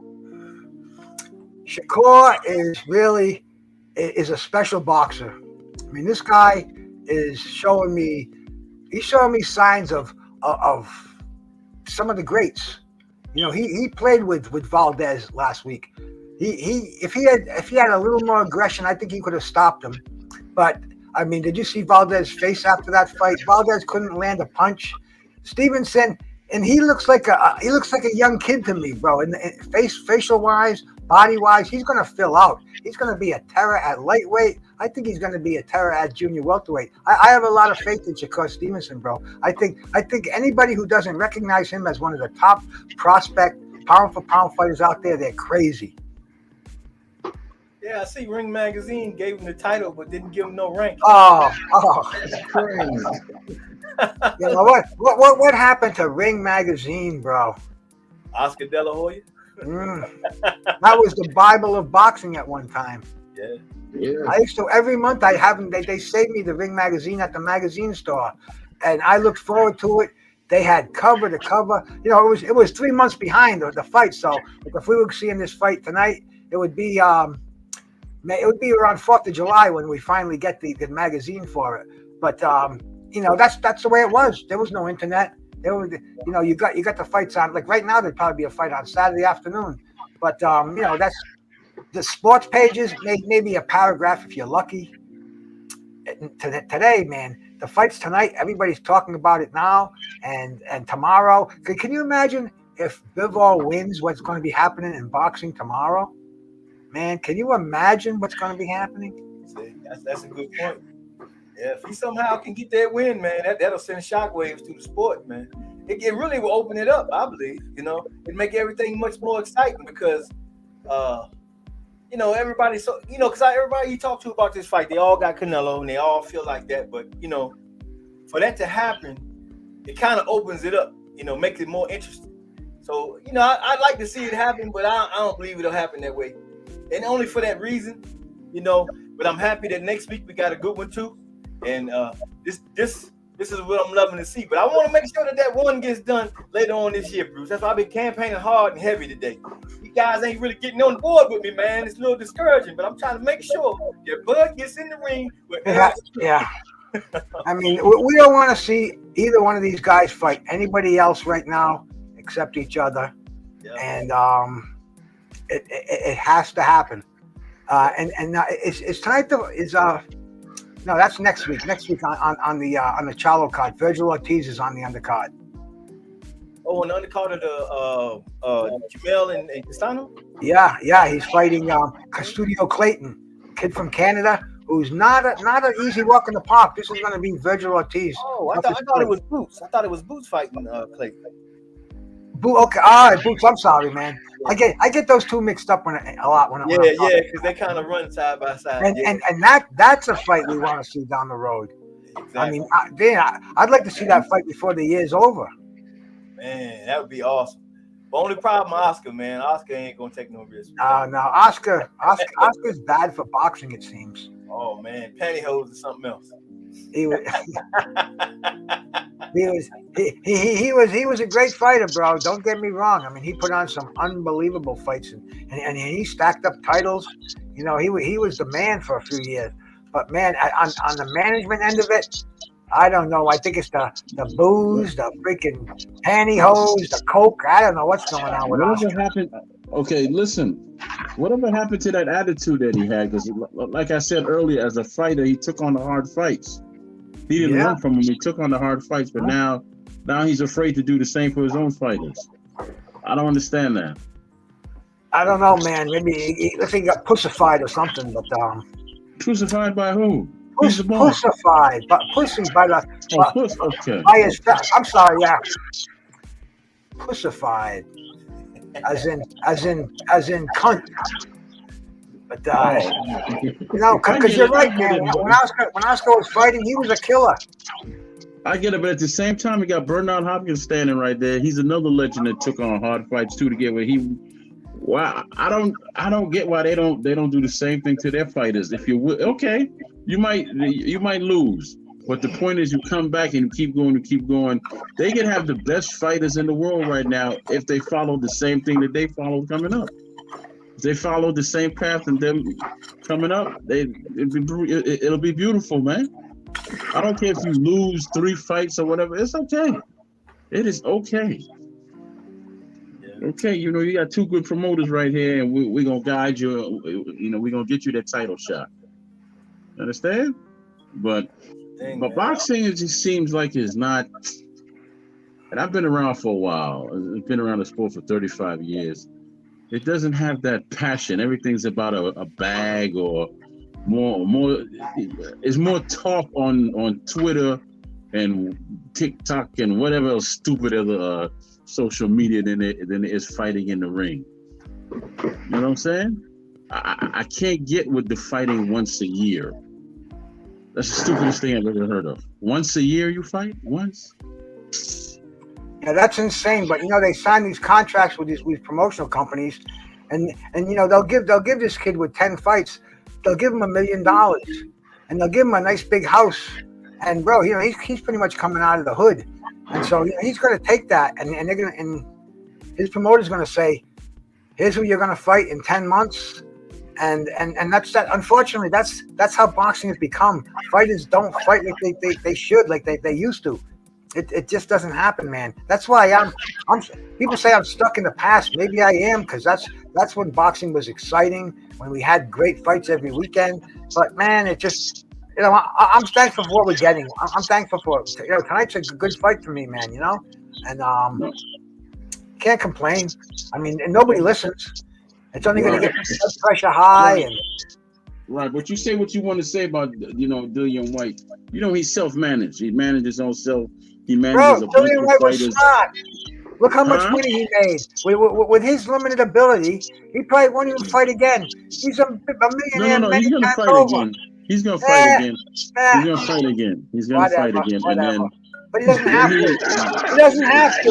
He pulled the biggest con of the century. He pulled the biggest con of the century, bro. He made $8 million for laying down, bro. I didn't see a con. I just saw something. I didn't see a con. He took the fight to arbitration. He took it to court. He played out for the money. He knew he was going to get flattened. I mean, he didn't know that, Bruce. I told you how many months ago? Everybody's ganging up on me in hands because I said. What have you ever seen him taken out like that by anybody? How can I speak when you don't shut up? Go ahead, man, because what you're saying is not fact. So not fact. I said 6 months ago, I was in a panel with I think you were there and Lady Chance. I said this fight, he doesn't deserve a title fight. He got knocked out by Povetkin. Oh, but he came back and beat Povetkin. Oh, so you retain your #1 contender status when you get beat just because you come back and avenge that? Dude, no, that's not the way it works. It's not like you buy a ticket and you can hold it in your pocket till they call you. You have to maintain that #1 contention. He didn't do it as far as I'm concerned. He got the fight, big deal. I was anticipating more. I got what I kind of expected. And hey, man, he made himself many millions of dollars. Him and Kane can go. Him and Dean can go build a big pad in a gym. And if he wants to come back, fine. But I'm not gonna. Dude, I don't buy fights anyway. But I definitely wouldn't buy a freaking Dillian White fight. Okay, Bruce. What I'm saying is this: you're a fan and I'm a fan.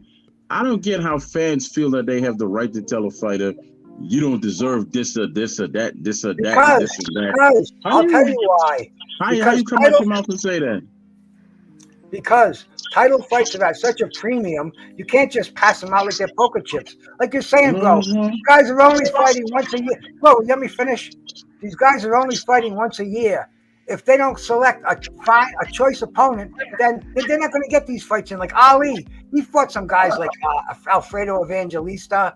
I mean, he stuck in chumps in there, but nobody cared because he took on the best in the division. Tyson Fury's not doing that. Dillian White's not doing that. Bro, these guys are not, in my opinion, heavyweights that are going to make any kind of an all-time impact on the sport. Right. But Dillian wasn't fighting no once a year, and when he did fight, he was taking on tough fights. He wasn't taking on easy fights. He was taking on tough fights. Okay?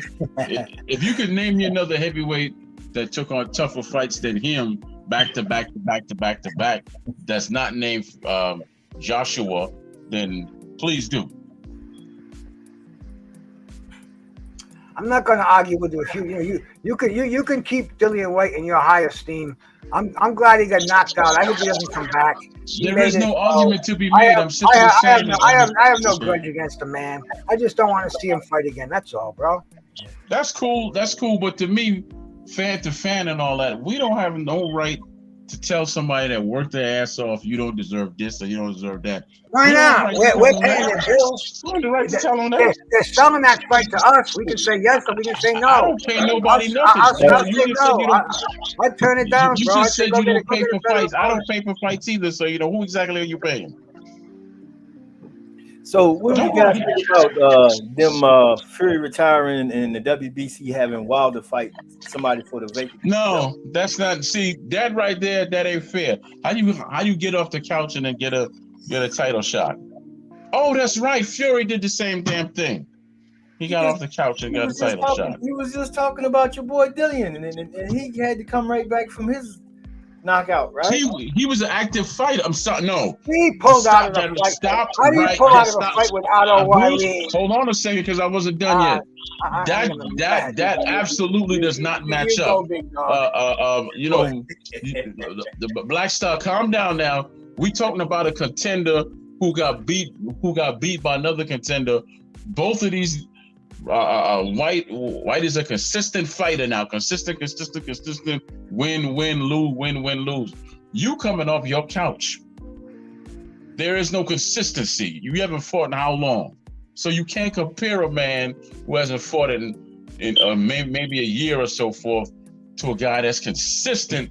It's a man who had a strap around his waist, though. He had a strap around his waist, though. You're missing out. He had a strap around his waist for 5 years. You know what I'm saying? What does that have to do with anything? What does that do with anything? He lost.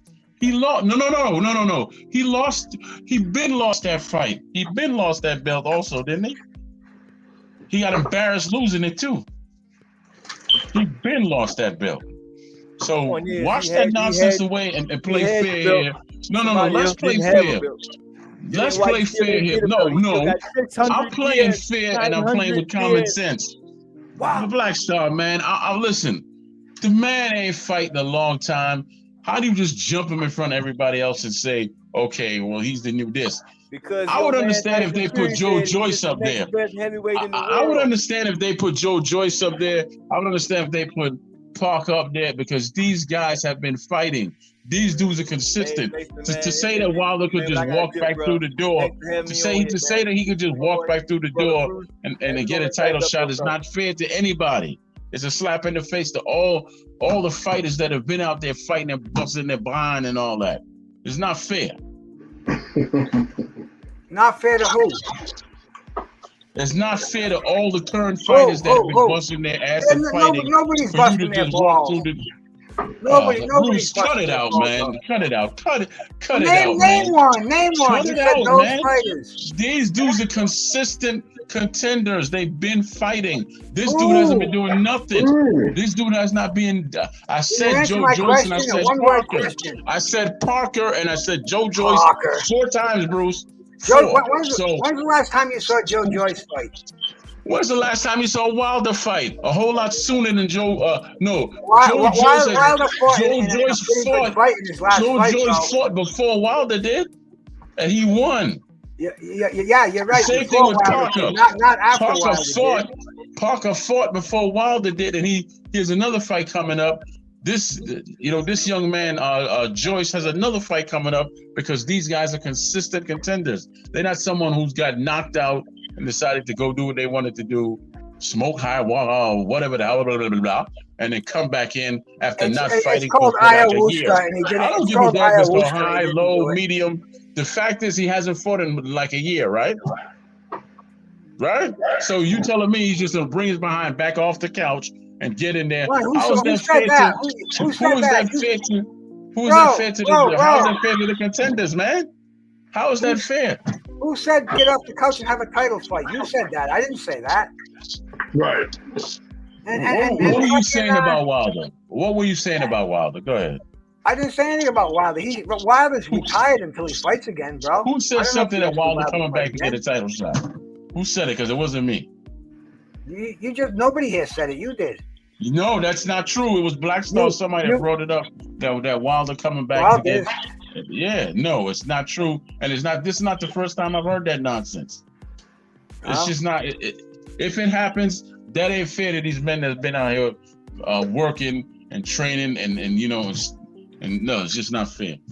It's not fair, and I hope he fights one of them. And he goes back right the way he came from, the damn couch, because that's the proper thing that should happen. You can't do that. You cannot do that. These dudes have been out here working hard, man. I don't care what their names are. Parker, Joyce, and everybody else I might have missed. They've been out here working, training. You come from you peeling your behind off your couch, and you just gonna jump into the front? Hell no. No. Fucking Parker hasn't fought since December when he fought Derek Chisora. When's the last time Wilder fought? The last time Wilder fought was when he fought Tyson Fury, bro. He was tied up in court. He couldn't When is fight. the last time? I can remember the Parker fight with Chisora because it was after the Wilder fight. After.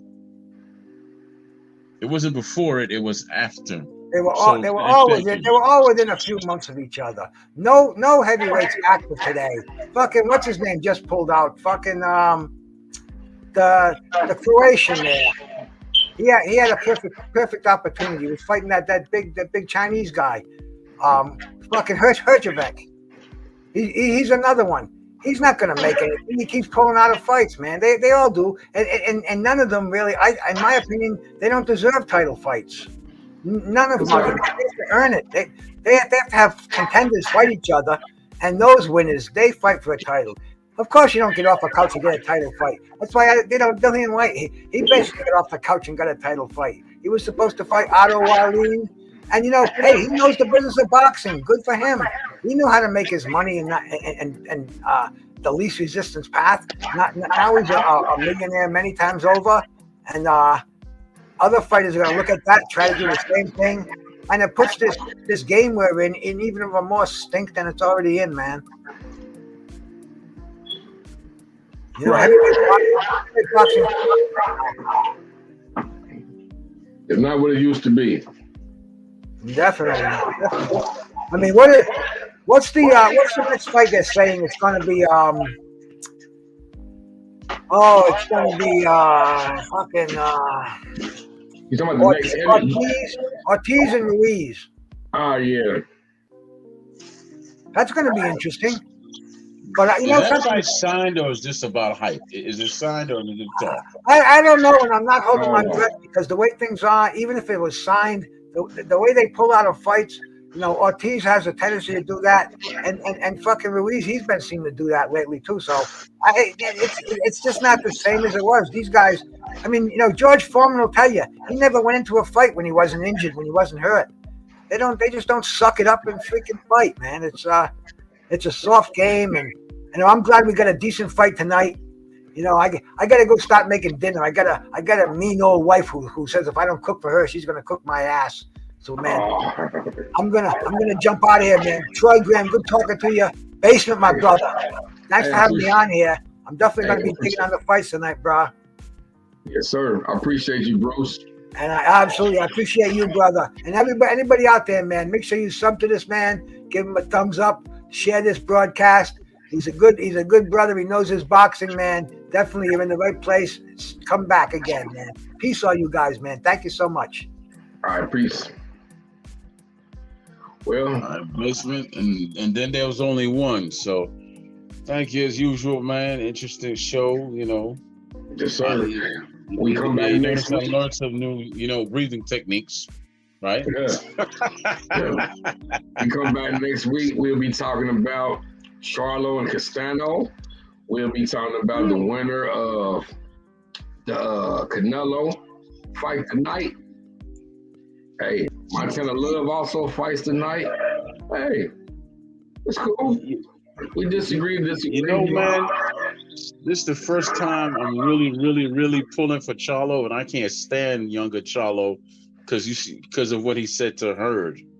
I cannot stand him because of what he said to Hurd. But you know what I'm talking about, right? Right, but if you want to like the people in the audience, you can. No, but I'm going to root for him this time because I want him to win.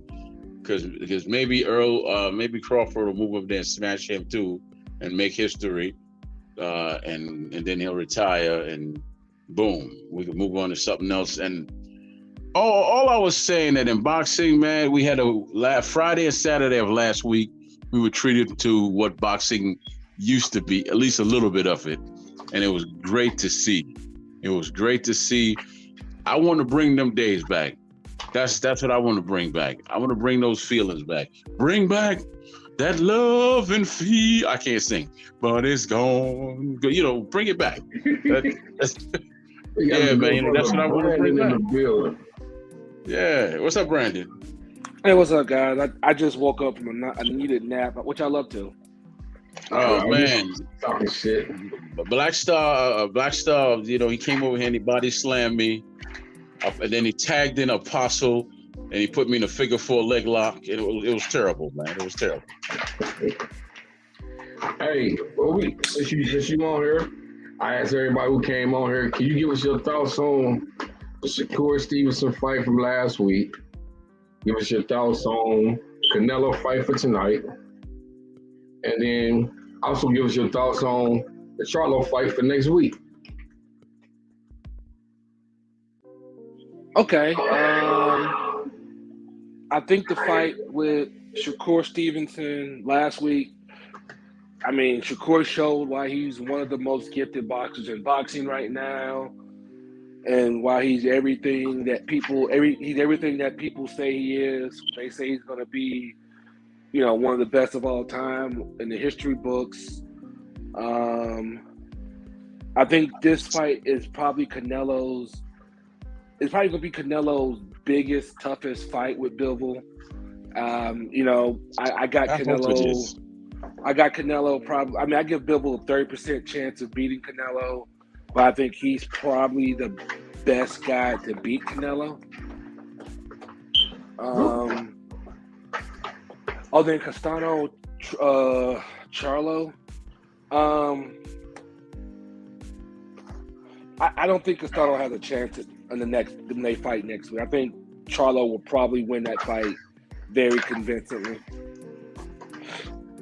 He'll end up getting all 4 belts. Can you see Charlo winning in a knockout? Yeah, I can see him winning in a knockout. I wouldn't be surprised if he knocks him out. When you fight, usually when you fight a guy a second time, it doesn't go the same way the first one went. So, the first one was a competitive fight, really good.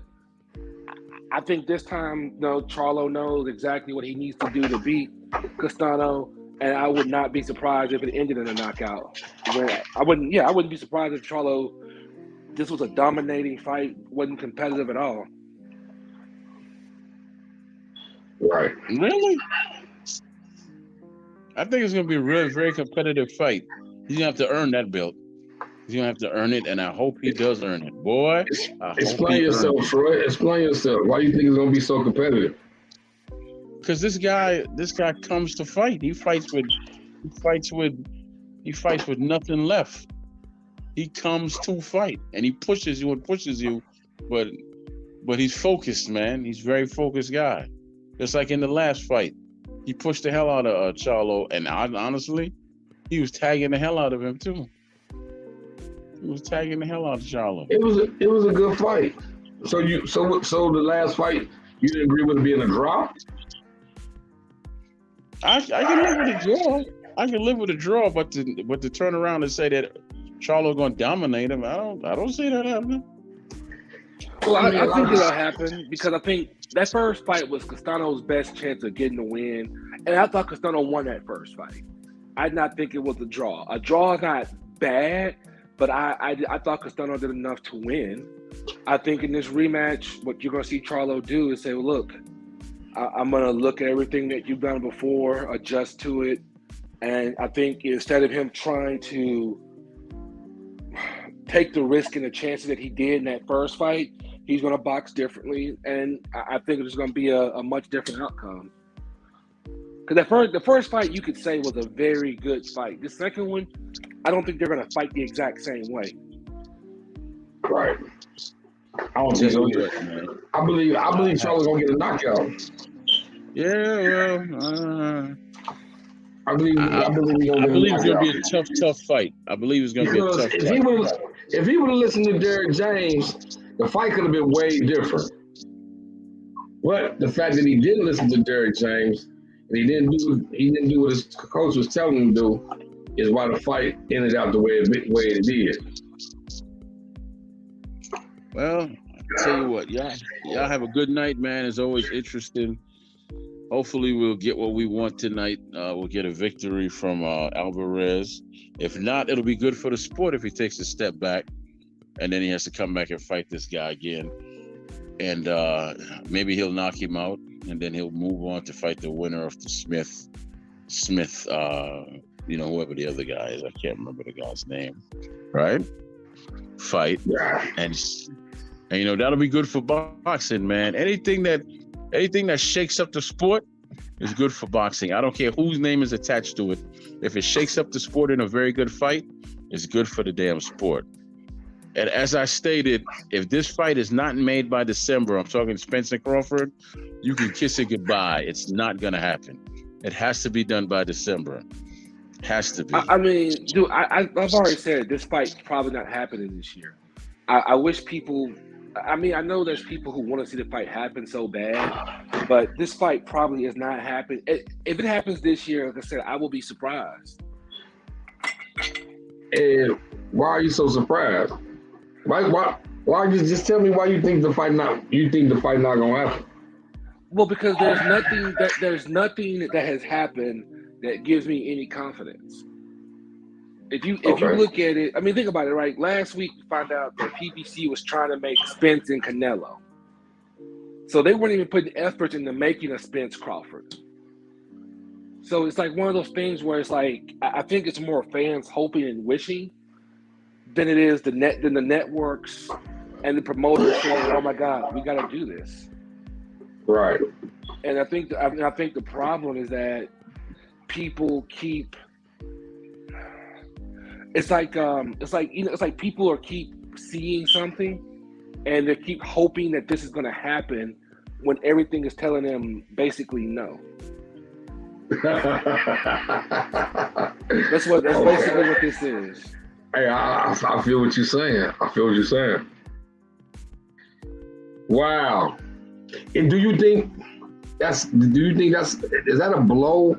Is that a blow to PBC fighters that when they come out and state something of that nature that they tried to make these Canelo fights and then a lot of PBC fighters who don't have fights are just sitting around like, well, y'all actually try to shop that money around, but you're not getting us any fights. Do you think PBC fighters should feel any type of way like that? Oh well, yeah. I know people who work with. I know people who are on PBC. They're like, why am I not getting big fights, or why am I not getting certain things? It happens because PBC's job isn't to make everybody a star. True that. Same with any promoter. Everybody's not going to be a superstar. You only have one LeBron James. You only have one Tom Brady. You only have a handful of superstars. So if you're a network, if you're ESPN, Showtime, I don't know who else, you want to make money. You don't care about the biggest fights. You care about money. And Canelo is the biggest moneymaker in boxing. Now that Floyd and Manny's gone, so the fighters can be upset, but it's just business. It's nothing personal. So I don't blame PBC for trying to make a Spence Canelo. I mean, that's gonna make money. You do it, but I think people got to realize that if they're trying to make money, they're gonna go for whatever's gonna be the biggest money-making fights, and they're not gonna care about fans being happy because the fans weren't paying for these fights. Right. Okay. Dig this. I want to get your input on something that I heard earlier in the week. And we didn't talk about it before, but it's just about media not giving Devin Haney the respect of the WBC championship. It was an interview with Max Kellerman, and he was talking to Devin Haney, and he said, people like me consider Kambosos the champion. And basically telling Devin Haney, like, his title doesn't mean anything. I'm just, what are your thoughts on that? I mean, he's not wrong. I mean, Haney's a champion. Haney's not the champion. Like, you know, Haney has one belt. Kambosos has all the rest. And Kambosos beat the man who beat the man who beat the man. So he's not wrong in what he's saying. Now, maybe Kambosos can't say that he's the disputed champion. But, I mean, if we ask who the lightweight champion of the world is, we should be saying Kambosos. We shouldn't be saying, well, it's Kambosos and Haney because Haney has a belt. You know, because we always talk about how undisputed and getting belts matter. So if Haney only has one belt and this other guy says, look, I beat the guy who beat the guy and I have more belts than you and I have the lineal title, then man, you know, hey, my gun's bigger than your gun. Right. Okay. I was just wondering your thoughts because Devin Haney, he felt highly disrespected, and his comeback was a lot different. I just wanted to take get your notes on it. And I'm not saying that Haney's not a champion. Haney's a champion. But, you know, there's levels to it. Like, if we talk about who's the champion at 147, we got to say Errol Spence is the champion and Terrence Crawford has a belt.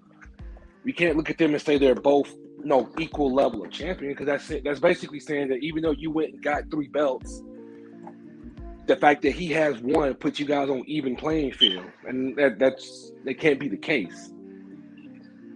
Right.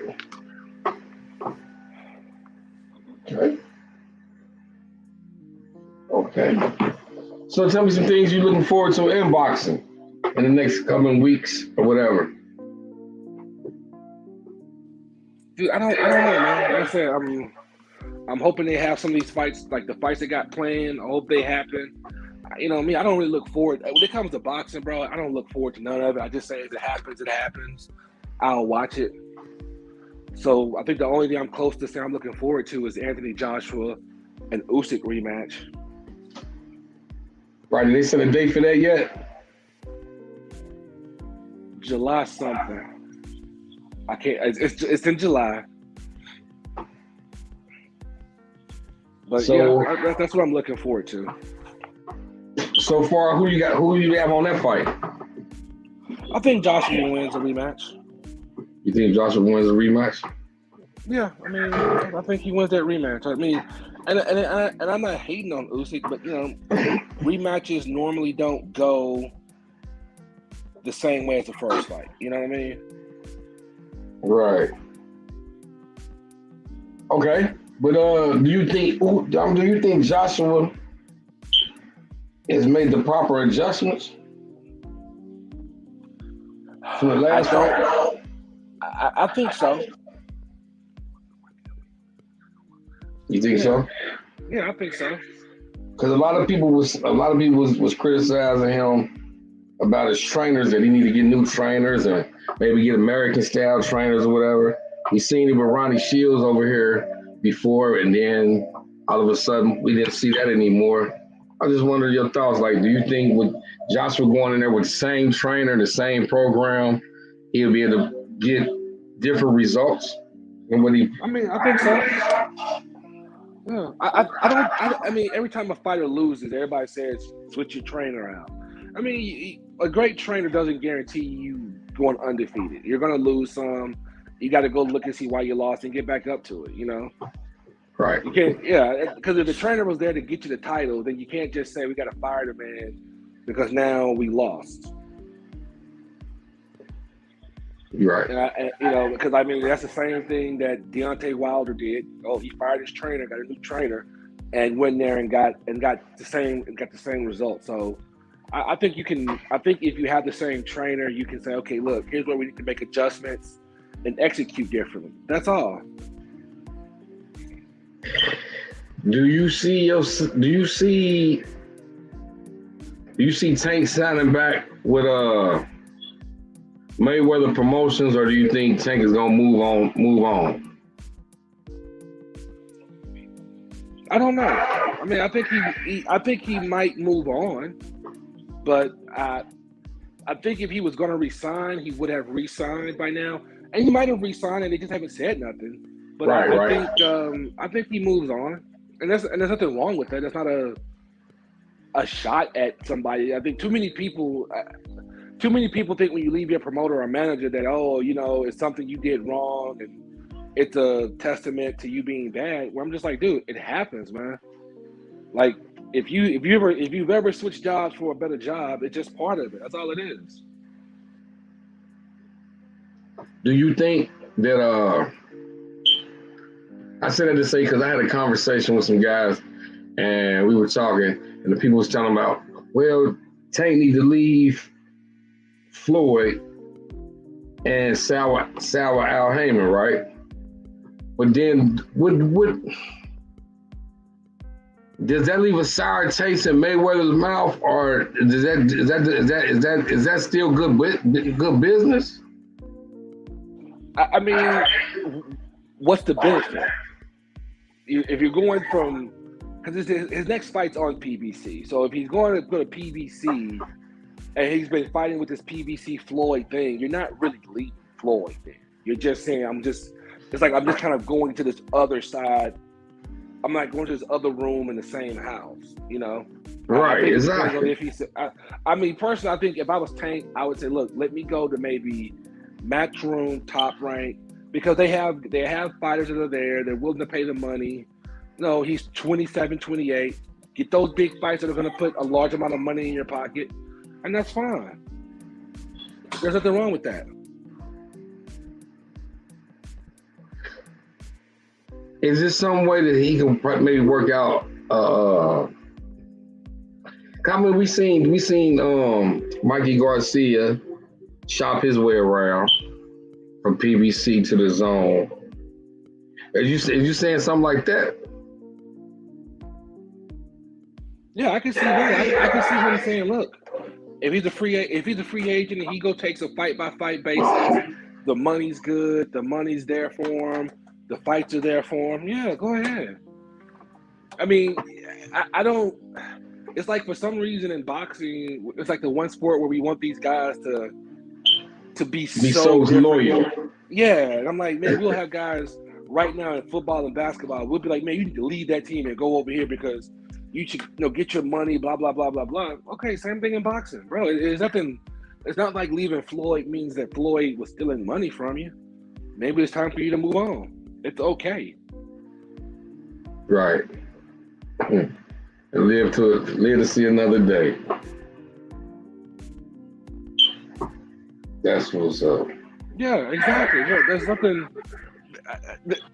I think one of the worst things sometimes with fans is that they get so biased on things that it's literally like having a conversation of why are you so ag on this guy or that guy? It's like, dude, if the guy wants to move, the guy says, "Look, I want to move on. My contract is ended." Then the man moves on. I feel you. Let's see. Okay, so since you said you don't see maybe the Earl Spence and Bud fight happening. It was earlier this week. It was a post going around stating that Terrence Crawford stating that I'll fuck Jamel Charlo up after I beat Earl Spence. I'm moving up. He said I'm moving up and I'm fucking Charlo up. If despite the fight with Earl Spence and Bud Crawford is made, if a big if Terrence Crawford wins the fight, do you see Terrence Crawford going up to 54 and challenging Charlo? Yeah, I see that happening.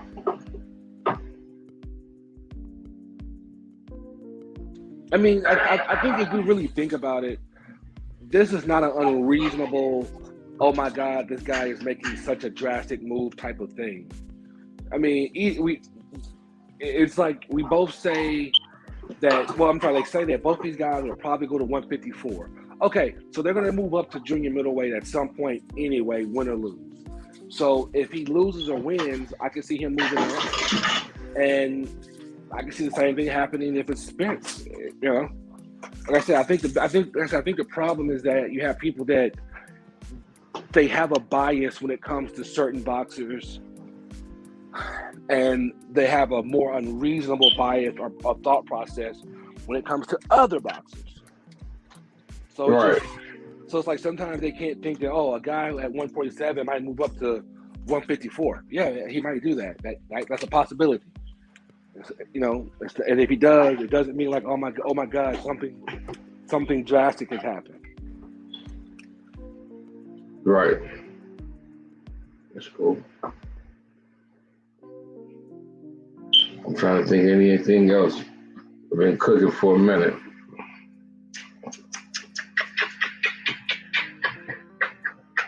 Ah man, you missed it. We missed it. We finally got Troy in here. He had his excuses for Dillian White. Yeah, I talked to Troy before about Dillian White. I mean, Dillian got outboxed. That's all it was. I mean, he didn't show up with the best game plan. Whatever excuse you want to give, that should have happened. It didn't. Yep. I'm interested. Do you know the kid that Montana Love fighting today?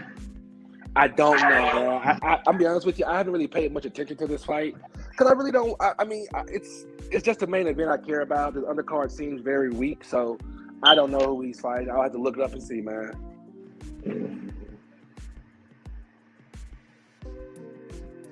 Yeah, these guys. I don't even know these guys. Yeah, I mean, I don't either, man. Like I know, like right now, I'm watching the Bucks and the Boston Celtics game. That fight's not. From what they say, the fight's not happening until 10 o'clock. So I probably am not going to be on anything talking about it. And I'll probably hop in after the fight to talk, but that's about it, though. Yeah. Yep. Salute to my good brother Black Star Multimedia in the building. And let me. He said they pulled a Haverick fight. Yeah, Haverick Dad's died. Damn. What? Yeah, earlier this week, I think it happened. Haverick pulled out. His dad died. I don't know who the replacement is. I'll have to look. I have to look online, man. But let me come back to you in a minute. If you're still gonna be here, give me like 5 minutes. I'll hop back on here. Okay, cool. I gotta put my phone to charge it somewhere. Cool. Yeah. I didn't know that. I didn't know he was pulled from the fight. I just know, man. We got a slew of fights coming up. Boxing has been great. It's been great talking to you guys, man. Hey, we make this thing happen, bro. We make this thing happen.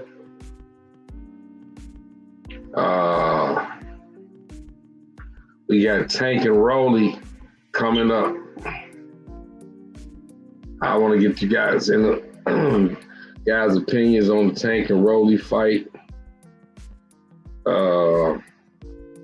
Man, Cool Boy Steph coming up. Boots Ennis getting ready to fight. And boxing is an all-time great, man. You know, it's an all-time great. Instead of everybody keep talking about PBC want to make this Spence and Thurman fight, man. Make Thurman fight Boots Ennis, man. Make him fight Boots Ennis, man. Make Thurman fight Boots Ennis. Yeah, there we go. Yo, yeah. I was just telling people instead of trying to make Spence and Thurman, man, make Spence and Crawford and let Thurman fight Boots. Let Thurman prove that he still needs to be a top welterweight. Cause I ain't seen him. I don't disagree. I don't disagree with you, man. Because I think one of the problems we're having is that we're not having these building block fights happening. So instead of us having this fight where we're getting a true number one contender and a true champion, and they're kind of being built to lead to each other, we're kind of getting a. Hold on a second.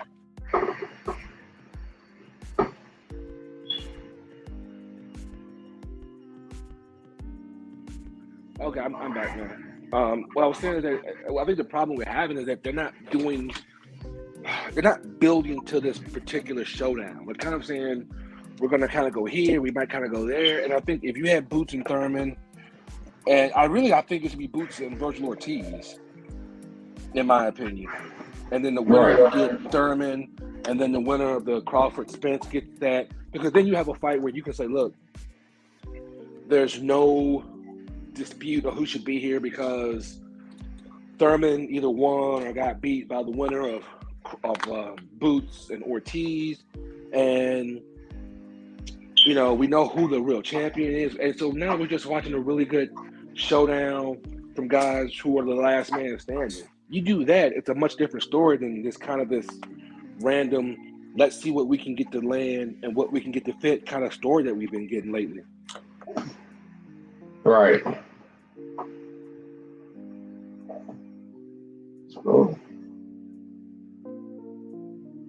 That's cool. Boxing is at a great place right now. What's your take on the Rolly fight, man? We got Rolly and Tank coming up too, man. We just a couple weeks away. Man, I don't know. That's a fight that I'm not interested in at all. You know, Rolly did a good job of kind of just talking enough trash to get the fight, but I don't think. I think it's a fight that Rolly should lose. I think Tank wins that fight, but I'm really not interested in it because it's such a. It's not a fight that I look at and say, man, finally the fight we've been wanting for Tank. You know. Right. Well, okay, listen. Who would you prefer Tank to be fighting right now? I mean, Ryan Garcia. Do you think Ryan Garcia wants to really fight Tank? I think Ryan Garcia wants to fight Tank. Yeah, I think he does. I think it's one of those things where the promotion and the networks, it's hard to get that fight to line up. But I think he does. I don't think he's looking at it and saying, "Oh, I don't want to fight for a belt." I think he wants to fight for a belt.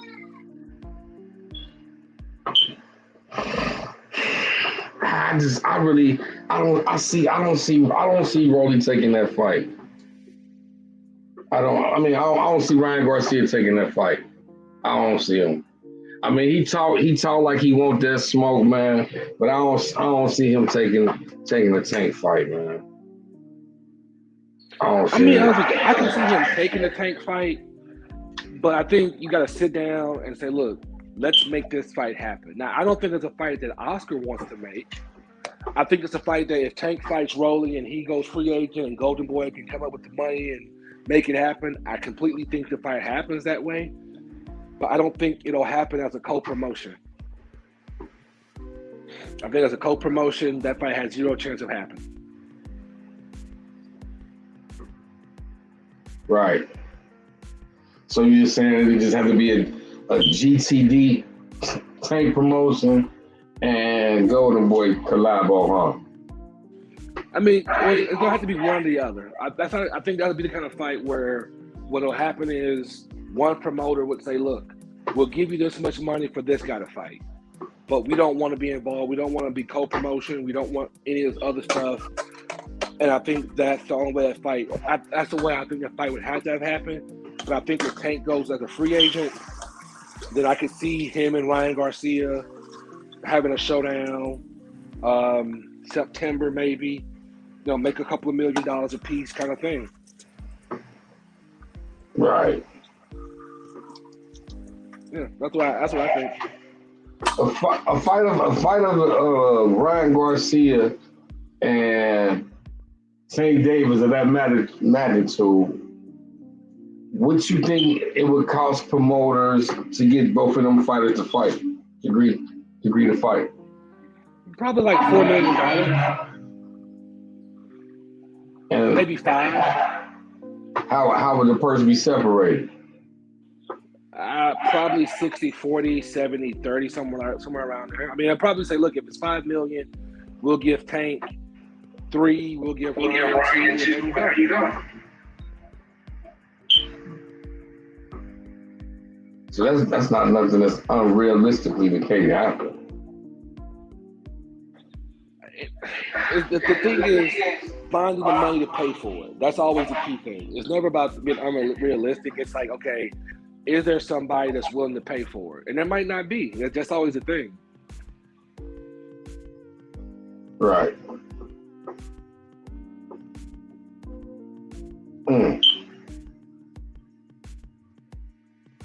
That's cool. So with the performance you put on last week, do you see any hiccups for him?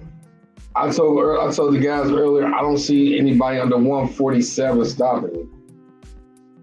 Or even being any competition to him. What's your thoughts? I agree with you. I don't think anybody's a threat to Shakur Stevenson. Shakur is what, 25? 20 or 20? He's 25. 25. Can you see him ending his career at what, maybe 47? I can see him ending his career at 47. I mean, I look at guys like Shakur. They're guys that he has 19, 20 fights. Shakur might fight 8 to 10 more times, and then he's going to retire. He's not going to fight until he's 35. He's not going to sit there and fight, 30 more fights. He's going to say, look, I'm 25, get the money, make the fights, walk away 32 at 33. Don't have a ton of damage, don't have a ton of punishment, don't have a ton of head trauma, and go away with it. Because there's nobody right now that we're looking at and saying, Shakur, you need to avoid this guy because this is the guy that'll put you to sleep and he'll kill you. So, I mean, do your thing. Hey, Christian, I don't know how to pronounce his name. Christian NWO. That what it is? Christian NWO. Said, I just watched a 2-minute, 41-second highlight reel of Billival versus Smith. From my quick assessment, Canelo's going to beat him with a left hook and with uppercuts to the chin. Yeah, I kind of said the same thing. I ain't even looked to see that fight. I just know that, man, when I looked at the weigh-in, I just looked at this guy, man. Hey, I'm not fooled. I know this guy going down. I said he's going down at 9. I said he's going down at 9. Christian NWO. I mean, he might, you know. Like I said, this is the biggest threat to Canelo. Nobody else at 175, 168 is going to be a bigger threat to him. So do you think the one who got the other titles? What they fighting? Who fighting for the other titles? In the 175 weight class? It's better be and Smith are fighting this summer. Right. So you don't think the winner of Benavidez or Smith can stop Canelo? Could they stop Canelo? Yeah, they could stop him, but I don't think they have a chance against Canelo. I mean, Bill already beat Smith, so I don't think Smith has a shot against Canelo. I think Beterbiev is big and strong, but Beterbiev is also getting old, man. You know, the older you get, the easier it is for you to pump, to get hit on, the harder it is for you to have that same movement. And, you know, it comes a point where you're fighting a guy that's maybe not as good as you, but he's younger, so he can just get the job done that you can. Okay, now listen to this. We know that Canelo's in the contract with Triple G. He's supposed to be in contract to fight Triple G after this fight. This is just my opinion. I want to know, am I far out from thinking this? Is it some way that Canelo can get out of the contract with Triple G to go try to fight for undisputed at 175 to fight the winner of the Smith fight? Is that unrealistically thinking? Well, no, because Smith and them are fighting in July. So Canelo could fight tonight, fight Triple G in September, and then fight the winner of the light heavyweight for light heavyweight undisputed in December or November if he wants to. Right. Because the thing is, if they fight in July, there's no way that you can make that fight for September because that's like 7 weeks later, you know? So you have to say, look, give it some time on that one. And that's what I can see, and that's what I see what's going to happen.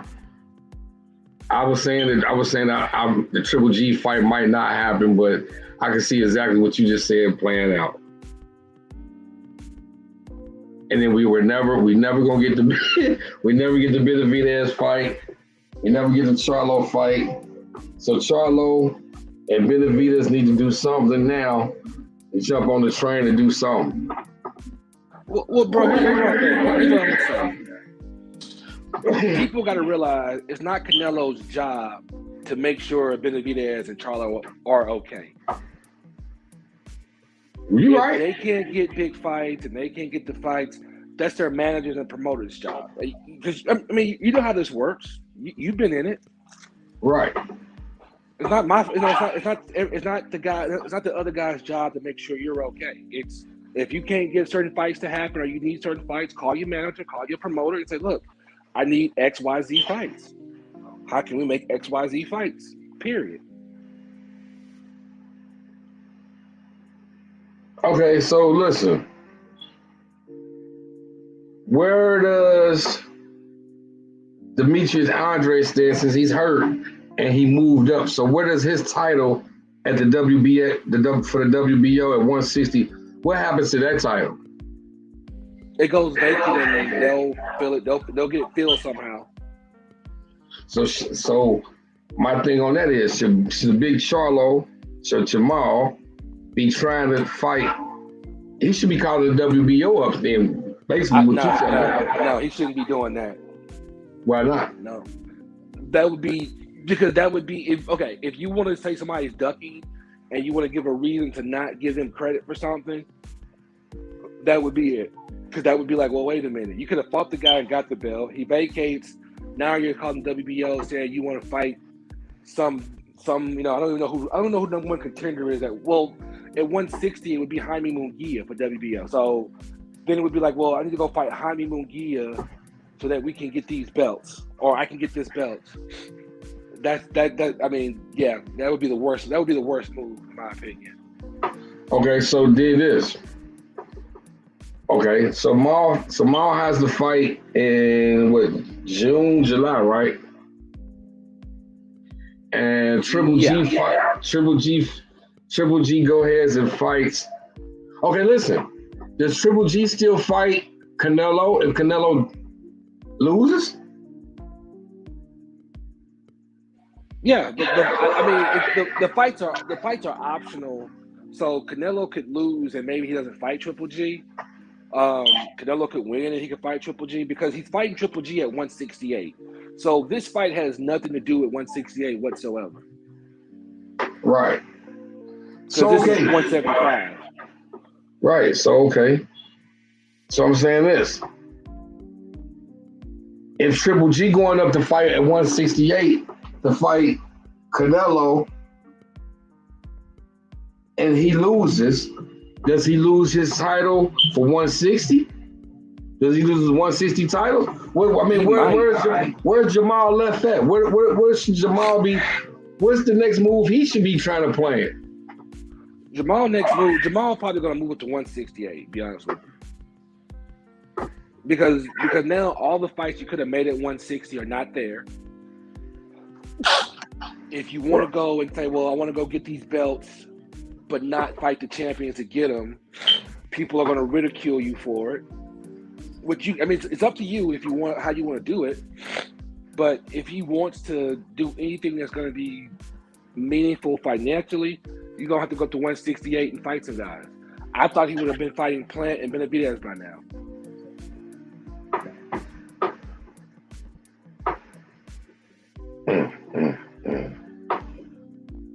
Wow. Yeah, I see it going down like that. I see Canelo, he gonna go on to be undisputed at light heavyweight and super middleweight. And then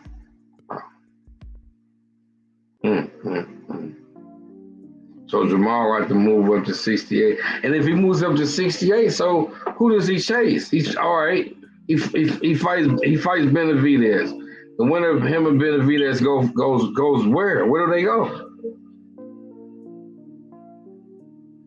Did that make Alvarez fight them? Did that make Canelo fight the winner of a Charlo?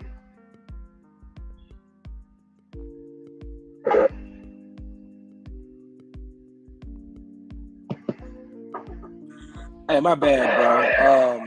No problem. You were saying something, and I lost connection. What were you saying? I was saying that okay, where was I at? I said if Jamal wins his fight, Canelo wins his fight against Triple G. I said now Jamal moves up and he fights Benavidez. The winner of Benavidez and Jamal Charlo, where do they go? Where would they go next? I don't know. I don't. Because if Canelo got all the belts at 168, does he have to fight these guys? No. Does he have to fight? He doesn't have to fight Benavidez because he still does have a WBC franchise title, right? Well, I don't know about the franchise title, but Canelo has all the belts at 168. The thing is, until guys say, look, I'm a mandatory, I want to fight as a mandatory, there's nothing that they can say. And the problem with it is that since they're just waiting around for Canelo to pick them, more than likely they'll never get a fight with Canelo because you can't sit around and say, I'm going to wait for you to call me to get something. So if that's what they're going to do, that's fine. I mean, I'm not judging them for it, But you're basically saying, look, I'm gonna wait until you call me up, and then we'll go from there. And if I never call you, it's not my fault.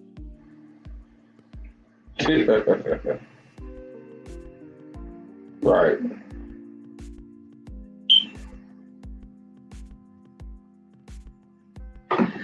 Yep. I guess that's how it be, bro. Yeah, it's just business, man. It's never nothing personal. Right. Shit, I can't think of anything else to talk about, man. Yeah, like I said, we can just take it easy and just, I mean, definitely maybe have have something on Sunday or Monday or maybe next week to discuss everything that's happened. Yeah, you're right. You know, people will probably be on Clubhouse tonight and stuff. So yeah, it's cool. I'm gonna go on in this one, and like you say, probably pop up, do something tomorrow or sometime in the week. Sounds good to me, bro. Yes, sir. I appreciate you for coming out, good brother. Oh yeah, always, man. Yes, sir. Yeah, I appreciate everybody in the chat, in the panel. Go ahead, bro. Go ahead. You got any last? Oh, I appreciate my good brother Brandon for coming out and joining me on the panel, man, and everybody who was on the panel, man. My good brother Black Star Sports TV, my good brother AKA the Apostle, man. Subscribe to all these good brothers. They all have their own channels, and they don't have to come on my show, but they come on and we click, man. If I got time, I go on their show, and it's vice versa, man. These good people, man. So like I say, man, subscribe to my good brother, follow my good brother Brandon Connie, and my good brother Black Star Sports TV on Instagram, Facebook, YouTube. The good brother AKA the Apostle, man. Follow him. He's on Facebook, he's on Instagram, he's on YouTube. TS Boxing. Follow my good brother. He's on Instagram, he's on YouTube. They got their own platforms. The good brother Bruce Gas. My good brother Bruce Gas came through in the building, man. Follow him, Bruce Gas, Boxing, Jazz, and more, man. Subscribe to his channel. He got it popping. Who else was on the panel? The good brother Troy Graham. Follow him. He on Instagram. He on Facebook. Troy's on YouTube. He got his own channel. Troy's a good brother, man. He's very argumentative, but hey, he's a good brother. He don't mean no harm, man. Oh, also, I want to give a shout out to my good brother Smoke With Me TV for coming through, man. Hey, follow Smoke. He's on Instagram. Believe he's on Facebook. I know he definitely on YouTube. He got a YouTube channel, man. Follow him. Subscribe to his channel. Look out for him too, man. I appreciate him for coming through, man. Who else was on the panel, man?